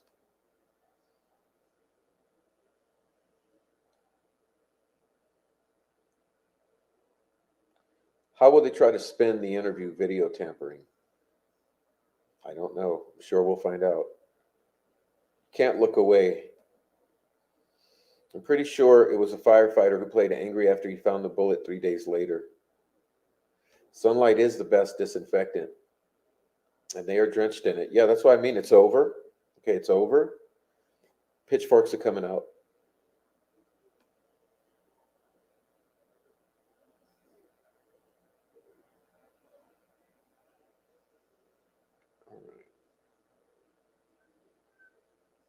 Yes, they lost. They lost or could not recover the gas station footage. Bullshit. I call bullshit. Was Elvis the one with a little bit of conscious left? I don't know. Welcome in. Good evening from Southern Indiana. Well, good evening. Hey, Southern Indiana, from the heart of our beautiful state. Good question, but I don't think Carter knew about all of this, or if so, didn't want out. I have a theory about that, but doesn't matter now since we know what the crime scene was like.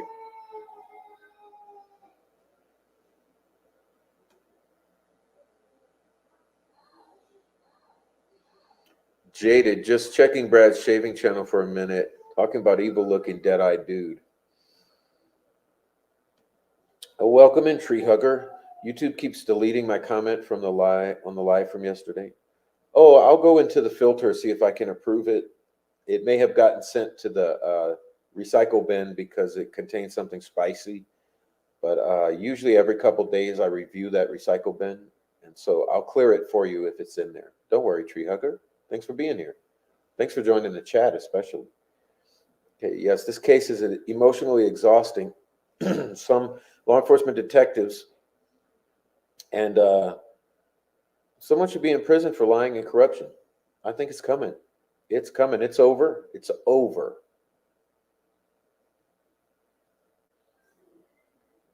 It is over.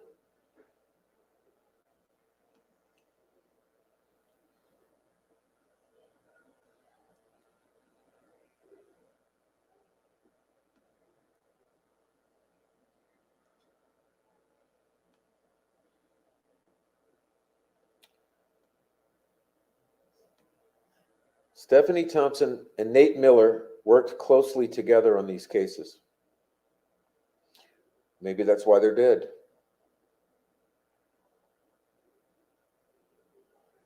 What did Stephanie Thompson know? What did Greg Ferenczi know?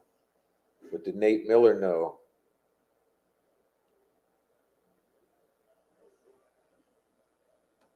The eyes of the world are on this case now. They won't survive it. Yeah, it's over. They got away with it for 6 years. Hey, they had a good run. Using all that they did to try to damage control this case by using social media, using Facebook, YouTubers, all the things they did to try to control this and do damage control and keep everything together. Uh, it bought them 6 years. They had a good run. Okay, they had a really good run. It's one of the first times we've ever seen anything like this, but it's over. It's over now.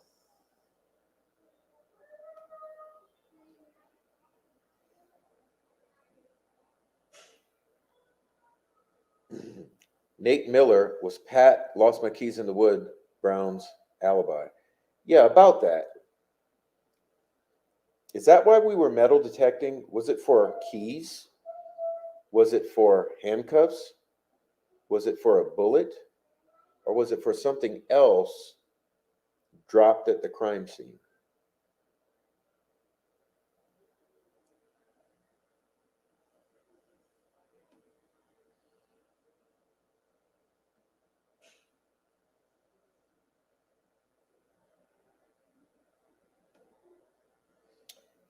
Pat Brown said he lost his keys. Yes, he did.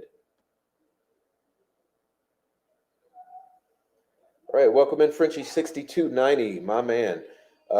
Detective Nate Miller is uncle to RSO Clayton Miller, who was and is a friend of both Abby and Libby and was on the trails that day. Look up Clay Miller on the Indiana RSO list.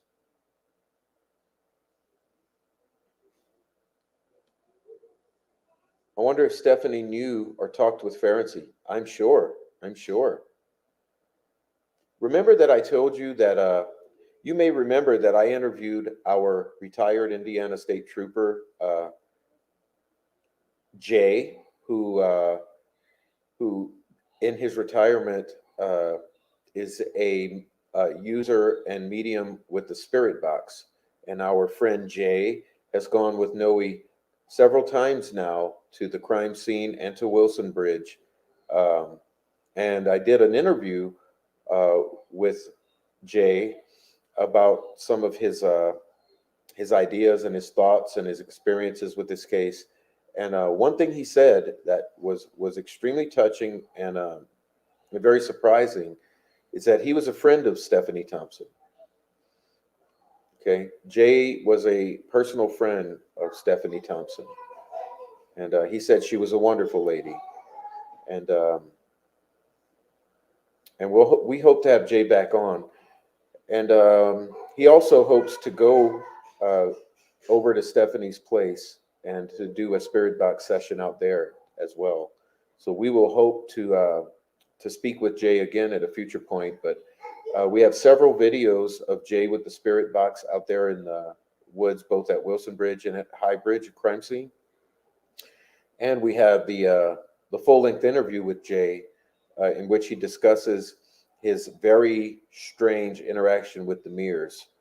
Um, After in the month after the murders. So if you haven't gotten to know about retired Indiana State Master Trooper Jay, he's a friend of the channel and was a friend of Stephanie Thompson. So we look forward to speaking more with Jay and having him back on the channel.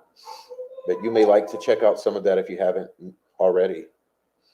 Okay, Pat Brown and Clay Miller were close friends. Interesting.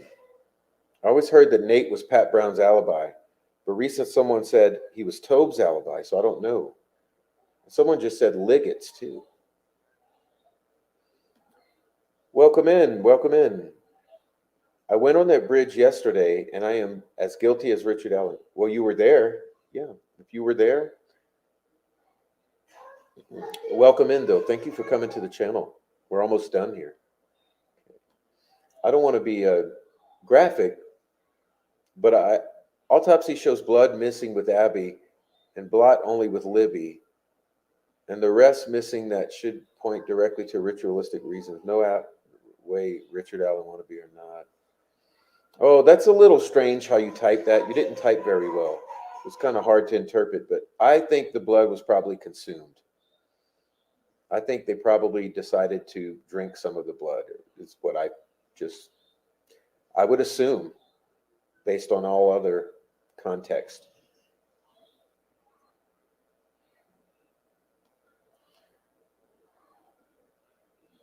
Yes, always be careful in Delphi.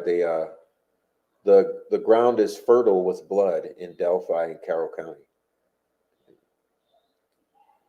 Cheers, French. Thanks for the facts. French always brings facts. Seeing as how everyone in this case is related or know each other, I would say a definite yes, Nancy Drew. So Nancy Drew had said. Stephanie talked with Ferenczi. Yes. So I would say yes too, Nancy Drew. Right. Frenchie always knows something I don't, but he often knows things I do, which is also equally as interesting. A lot of times, Frenchie's my only confirmation. Okay. They would need a safekeeping order for my ass because I'd be out of control. Clayton Miller's claim to fame is that he likes 13 to 14-year-old girls. That's why he's an RSO. He got caught. Damn. They all like 12, 13, 14-year-old girls. Oh, yeah, guys, please hit the like button. While you're in here, please hit the like button. Please subscribe to the backup channel. And please support the channel. We have many funding pathways, including Buy Me Coffee. You can become a member. I'd love for everyone in the chat to be members. That would be amazing. We have members-only videos from time to time, member-only chats. You know the deal. What is wrong with these sickos? How do these grown men... Ooh, yeah, exactly. Cowards. Pussies. Still way more involved than these guys. Where is the original crime scene? Where were they taken? I believe they were taken to the shack and to the Wilson's culvert, and they were out by Wilson Bridge the entire time until they were placed on Ron Logan's shortly before daylight. That's my opinion. Maybe Westfall didn't want it to be Abby because feelings for Anna, and Brad needed her to be gone. Flora, 3 months dating. Logan, 2 months. Again, Georgia, you're confusing me a little with your syntax tonight. I'm a very simple man when I read sentences. Let's see. Brad Hobart acting a fool, drawing attention to himself, almost looks, yeah, look here, don't look there. There's no video of him at work. That's the point, Digital, because they're saying that was never produced. So what the hell? Just shoddy law enforcement work. But I'm saying also, maybe Brad Holder's not involved directly. Maybe this was emulation of Brad Holder, okay, by this group. Maybe Brad Holder gained knowledge of it because of his association with the Vinlanders, okay, because it was his people were involved. And then maybe he's just been silent all this time. I mean, surely Brad knows more. But why isn't FBI and ISP interviewing vigorously Elvis Fields, Johnny Messer right now, Patrick Westfall?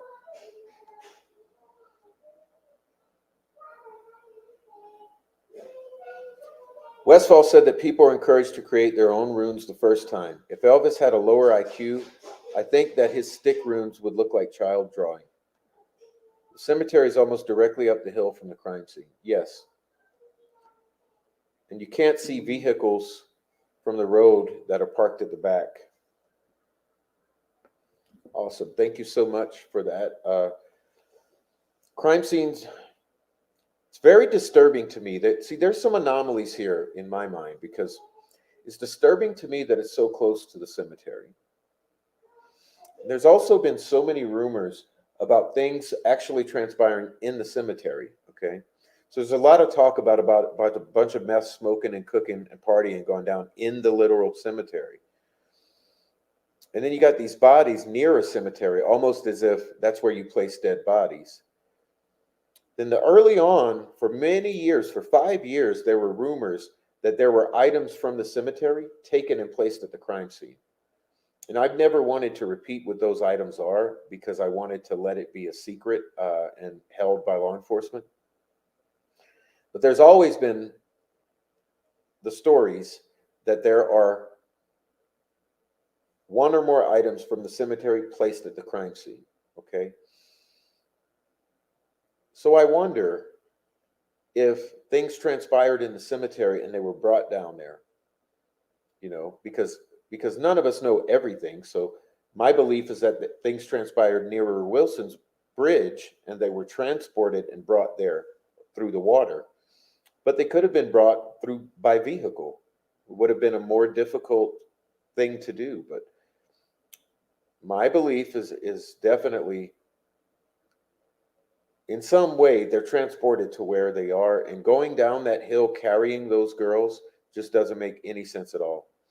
I could maybe see carrying Abby across the shoulder of Brad Holder, someone large like that could possibly sling Abby's dead body over their shoulder and bring her down there. But I think Libby would have to be alive to go down that hill. We don't know. We just don't know. Welcome in, Precascent. Welcome in. Thank you so much for joining.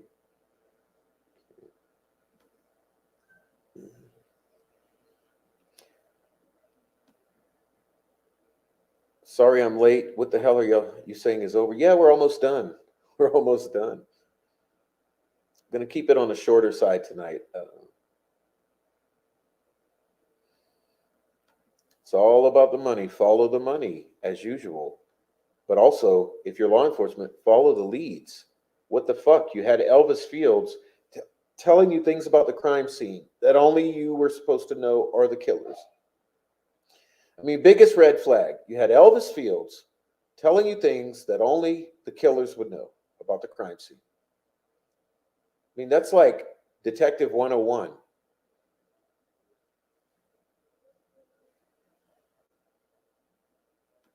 FBI is telling you Odinites are involved. It's like Detectiving 101.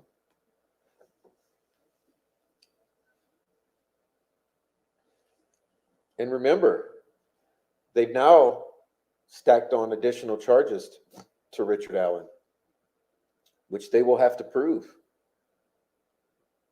Will be interesting.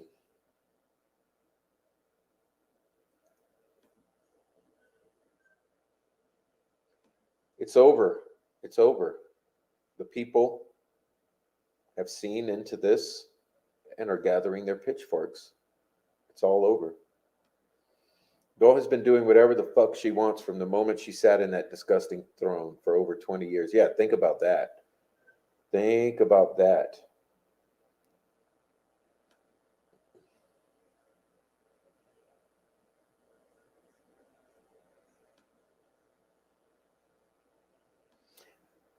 There's no way she hasn't read it and she's just a puppet in their system at this point. Well, I agree with that.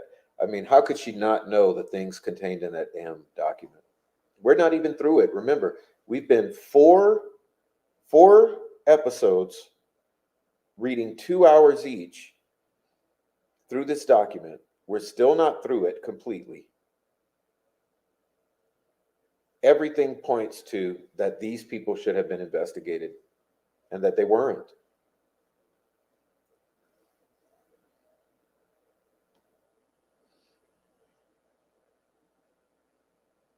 I've been waiting all 20 years for people to see her bullshit. Oh, do you have prior experience with Gull in some way? Is that how you know that she's been 20 years of her bullshit?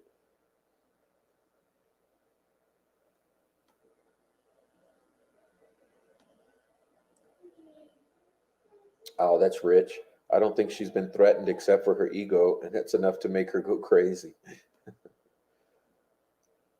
Interesting. All right. Yeah, she's self imploding a 30-year career. That I agree with that. I said that early on. Uh, I said that early on, some 4 months ago, maybe. I said she's ruining her career. What the fuck is she doing?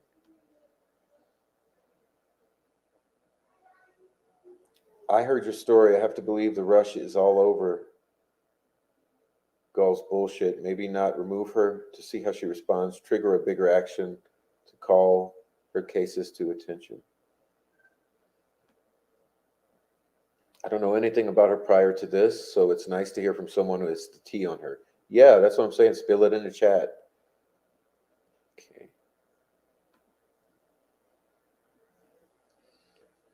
The Keegan Klein comment got me thinking perhaps he said that about him and his father because he knew it wasn't true and couldn't be proved, perhaps to appeal or appease his dealer who supplied. I don't know. I don't know what's going on with Klein. I still believe he was there. I mean, guys, I know you will think my theory sounds crazy. My theory puts 11 to 14 people there, including Garrett Kurtz and Ashley, Derek and Kelsey, all of these guys in the 136 pages, Keegan and Tony, Chris Mathis. It's a lot of guys. I believe they were all there. Okay. Awesome name, Tree Hugger. I think lots of people don't realize that Carter was never personally involved in the investigation. No, he's an administrator. There's also an interview where he corrects himself statement of "we" to the investigators. All right. Yeah, I cannot either. I've been waiting for that. Aren't we all anxiously awaiting that? Perhaps that's why Miller is dead.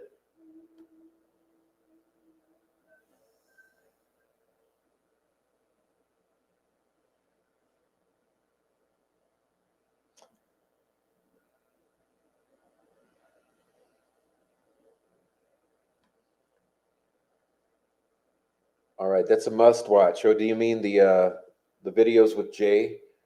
Yeah, I'm telling you, the interview with Jay, who was a personal friend of Stephanie Thompson, uh, he felt extremely concerned about the mirrors. Pardon me.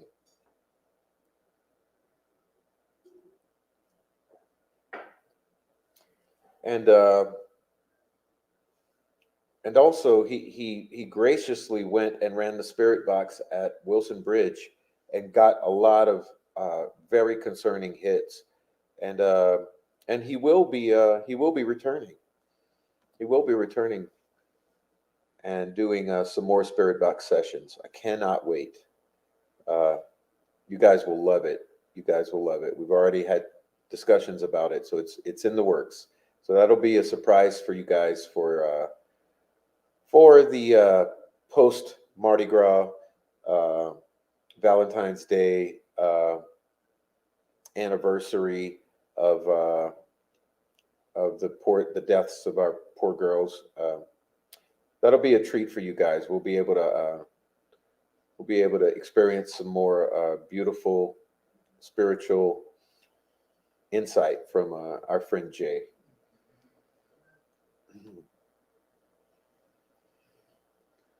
All right.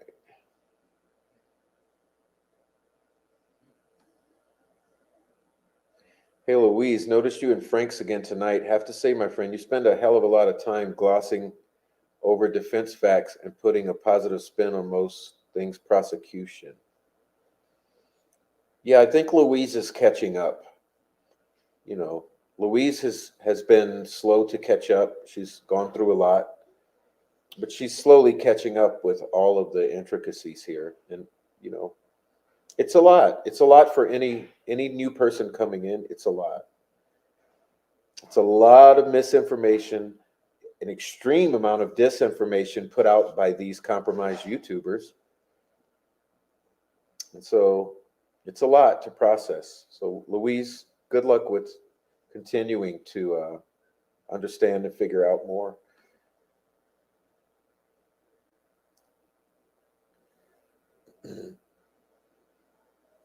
Well, no, those keys were found, Rochelle. Those keys were found because Pat Brown moved his truck at some point. So Frenchie probably knows the details of the time, but uh, if Pat Brown's keys were ever lost, they were later found because he moved the truck. So, okay, I'm gonna ask, what is the rumor about Kelsey's boyfriend at the time being a firebug? Anybody know anything? Yes. Uh, I don't want to talk about it, but it's a very prominent rumor out there. I think that there's some people in the chat who will fill you in. Matter of fact, I know there are. State will have to doctor the autopsy results for time of death and blood gone. I'm sure they will since 19. Well, yeah, I mean, here's the deal. Why have we not seen any of that since day one? Why have we not seen any of it? They're just like the mafia. It's a business. Only dumber. They've gotten away with their crap for so long they think they're invincible. Well, they think so. But the thing is, it's over. It's over. Believe me, when you're 13 living in a house with arsonists, you hear the talk because they're very proud of the work they do and they're paid very well. All right. Another strange death was Noah Rainey and Dane Northcutt, both Carroll County officers killed 13122 in a single car accident while assisting police chase. I don't know about that, Nancy Drew.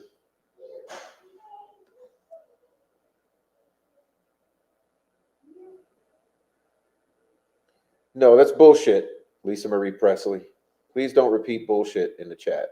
That's bullshit. Okay. All right. No doubt, Abby and Libby were far beyond more intelligent than anyone else around them. Yes. Well, I agree with that. I would agree with that.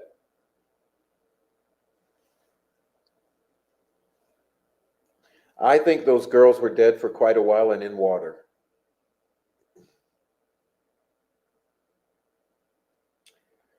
All right. He got rid of that truck with quickness just before his entire family skipped town. Only thing I've heard on that digital is exactly what you said. I'd love to know more about his background on arson and crime in general. Yeah, it's rumor, but some people know about it. I've gotten a lot of tips about it. I don't think there's anything to it personally, but it's a rumor.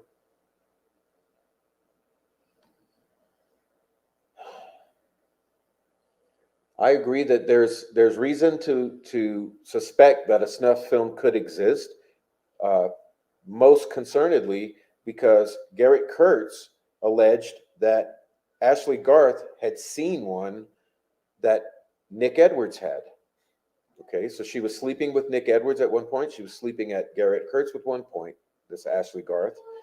Uh, well, the allegation is that Ashley had seen the snuff film from Nick Edwards and told Garrett Kurtz about it. So if that's true, who filmed it?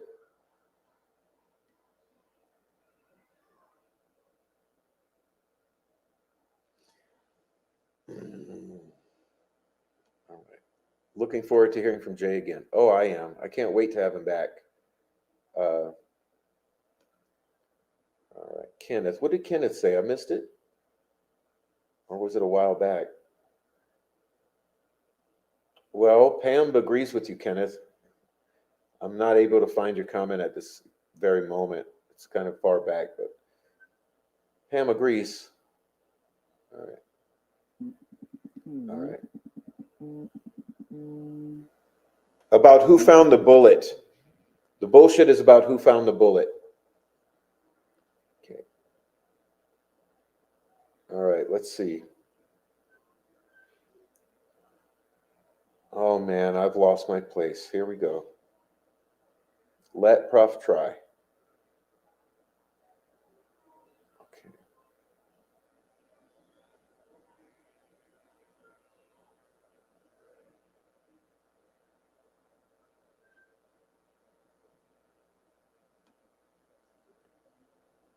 So suspect. Totality of evil. All of these guys. That's the thing that's kind of coming back around to, right? So if law enforcement, okay, so I would say this. I preface it like this. It's my opinion that this was all intentionally, nefariously done by law enforcement. That's my baseline opinion. Okay, that's the prof's opinion. I think it's intentional. I think it's criminal. Okay, however, let's just, for the benefit of the doubt, give them the benefit of the doubt. Okay, let's just hypothetically, let's just say it's all incompetent. It's all incompetence. Okay, giving all of the law enforcement in Carroll County and ISP the benefit of the doubt, and giving the entire state the benefit of the doubt. Prosecution, former mayor, former sheriff, the entire sheriff's department, the entire police department, the entire volunteer fire department, the entire ISP, give them all the benefit of the doubt and say that this was all unintentional. It was there. It was a case of 1,000 missteps. Well, even in that case, it's still the totality of evil because justice has not been served.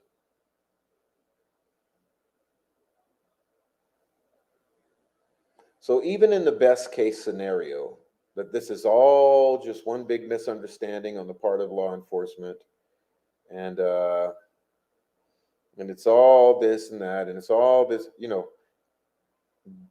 with the most graciousness, giving the benefit of the doubt, it's still you still cannot escape that the result is a totality of evil. That this was done to these girls, and that here we are this very day. Okay. And if it was not a case of a thousand missteps and a bunch of Gomer piles, then what we're looking at is something so beyond the totality of evil that most cannot wrap their innocent minds around it. When we say that the family acts suspicious, that law enforcement has been inconsistent, that witnesses have been inconsistent, that YouTubers have been incentivized, Facebookers have been incentivized, gag order has been broken by the family, the series of deaths that have followed and surrounded this case. With all of that,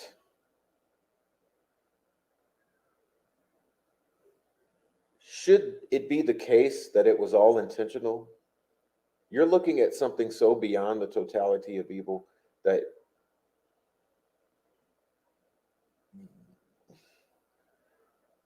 most people's minds cannot comprehend it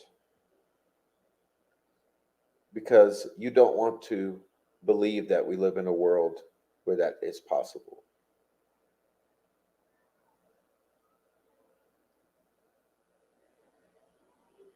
And unfortunately, we live in a world where not only is it possible, but it is running rampant. Every day, children are slaughtered by their parents. Children are slaughtered by strangers, neighbors killing neighbors, friends killing friends, relatives killing relatives, adults preying on children, officials abusing their power, destroying lives with their might.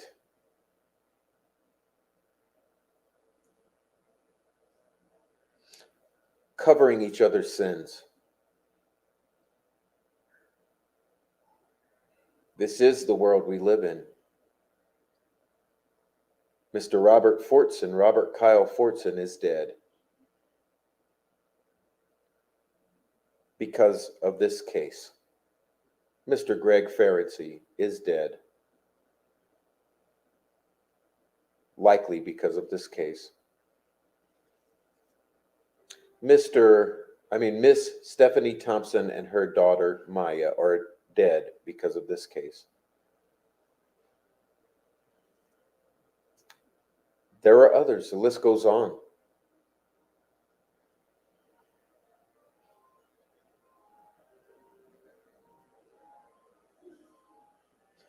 What we have in Carroll County, Indiana, is a pocket of German descendants, many of them sympathetic to the old German Nazi Party, which is why they gravitate towards the Asatru and the Norse pagan Vinlander ideation. Fundamentalist swimming in a sea of methamphetamine and sex trafficking. Sitting at the crossroads of the entire Midwest and East Coast, in a perfect position to benefit from sitting at those crossroads. We know that in history, like the Silk Road, developments always sprung up around crucial crossroads. And Indianapolis itself is that very crossroads. Delphi itself, located central to the entire eastern half of the United States. If you look at the country as divided at the Rocky Mountains, you have the West and the East. Indy is the hub for the entire East. From Illinois, Kansas, Missouri, Ohio, the East Coast.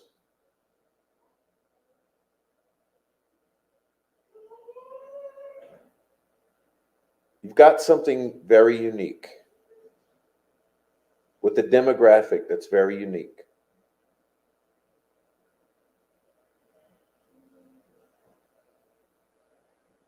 And what we're looking at in this case is a symptom of the disease that festers at these crossroads.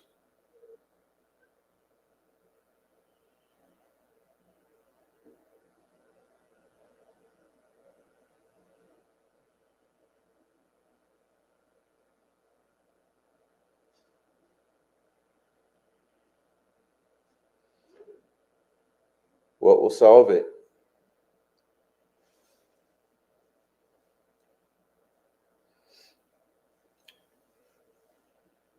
Well, as our beautiful friend said, sunlight is the greatest disinfectant. And so while we shine the light into these crevices of society, they squirm and they make noise. Like cornered dogs, they writhe, bark, scream, and shout.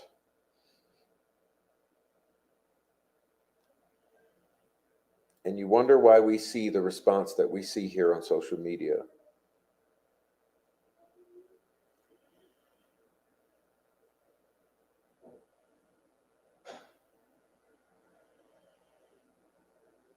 Doug Carter said, "You want to know what we know, and one day you will." Well, I think the day that we do know, we will regret ever wanting to know.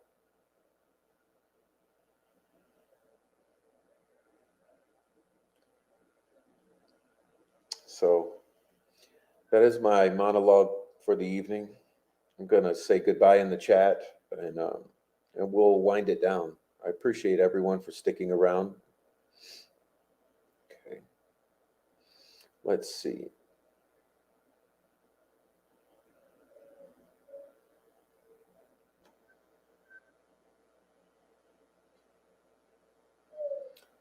Malpractice and incompetence on levels never seen before. Mike talked about grid search, but never heard he found the bullet because he didn't. Okay. All right. Let's see. Also, the betrayal of ones who are supposed to love you and protect you, especially children. It's shocking to us, but they are a cult.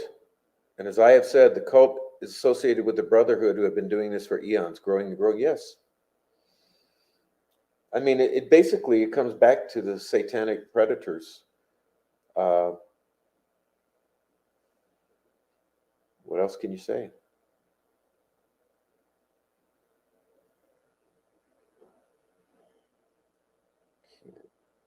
I find it interesting that the people who have died in this case are the ones who would point the blame away from Richard Allen. Well, I know I don't think it's that. I don't think it's that, Gambias. I don't think it's that. I think it's that the people who have died in this case are the ones who would point to the actual people involved. I think that's been the whole time the goal here. Okay. They didn't care who went down for it. They just never wanted the actual people involved to be fingered for it, which is what Ferenczi would have done, and Stephanie Thompson and others.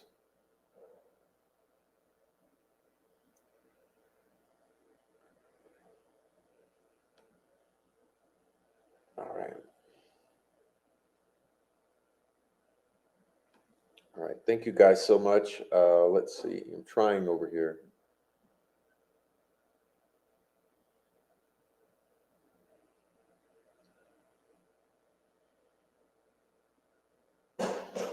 We all know too well in Europe what happens when the sickness is left unchecked. My family suffered in ways you couldn't imagine, both in Germany and the UK during World War II. Felt to this day. Yes.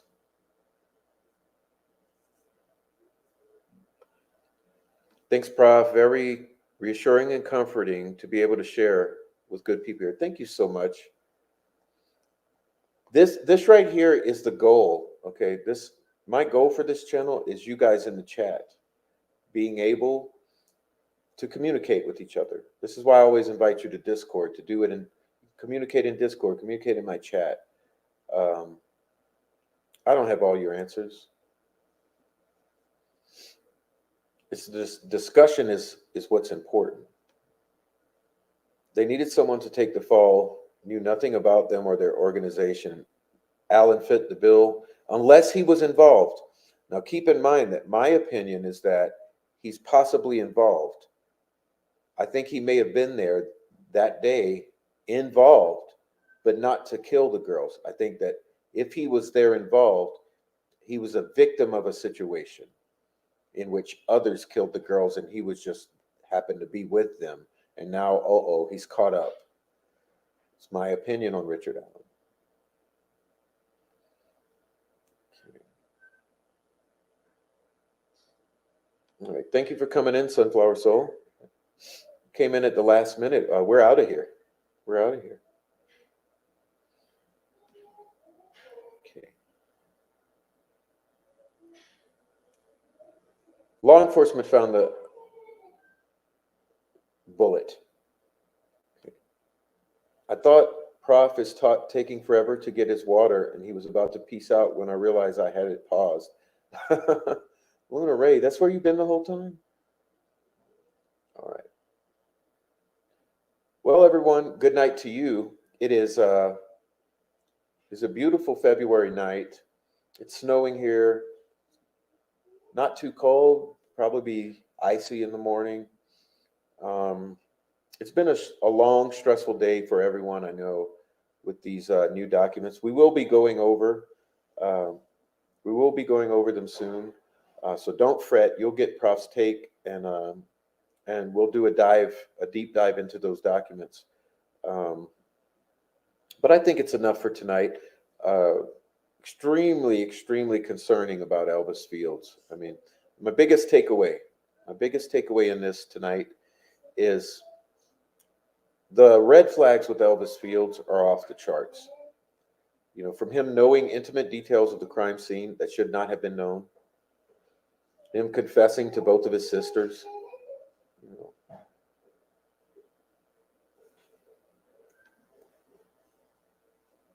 I just don't know.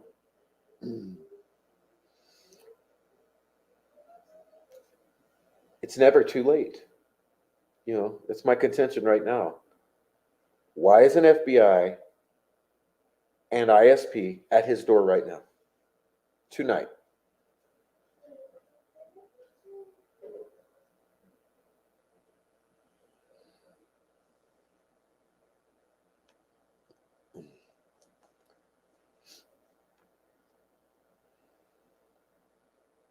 Frenchie says, good night and have a great rest of the week. Stay strong because this stuff will get to you. Be blessed. Yeah, it does.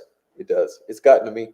But hey, it is a beautiful night, and we're gonna enjoy the rest of the night with some nice snacks and time with the baby, and some warm clothing. So we'll go tuck on in and get comfy and have a nice rest of the night. And we'll see you tomorrow. God bless everyone. God bless everyone. Okay, I'll be out of here. I'll leave the chat open 5-10 minutes. Enjoy it. Thanks for coming, and please hit that like before you leave. Bye.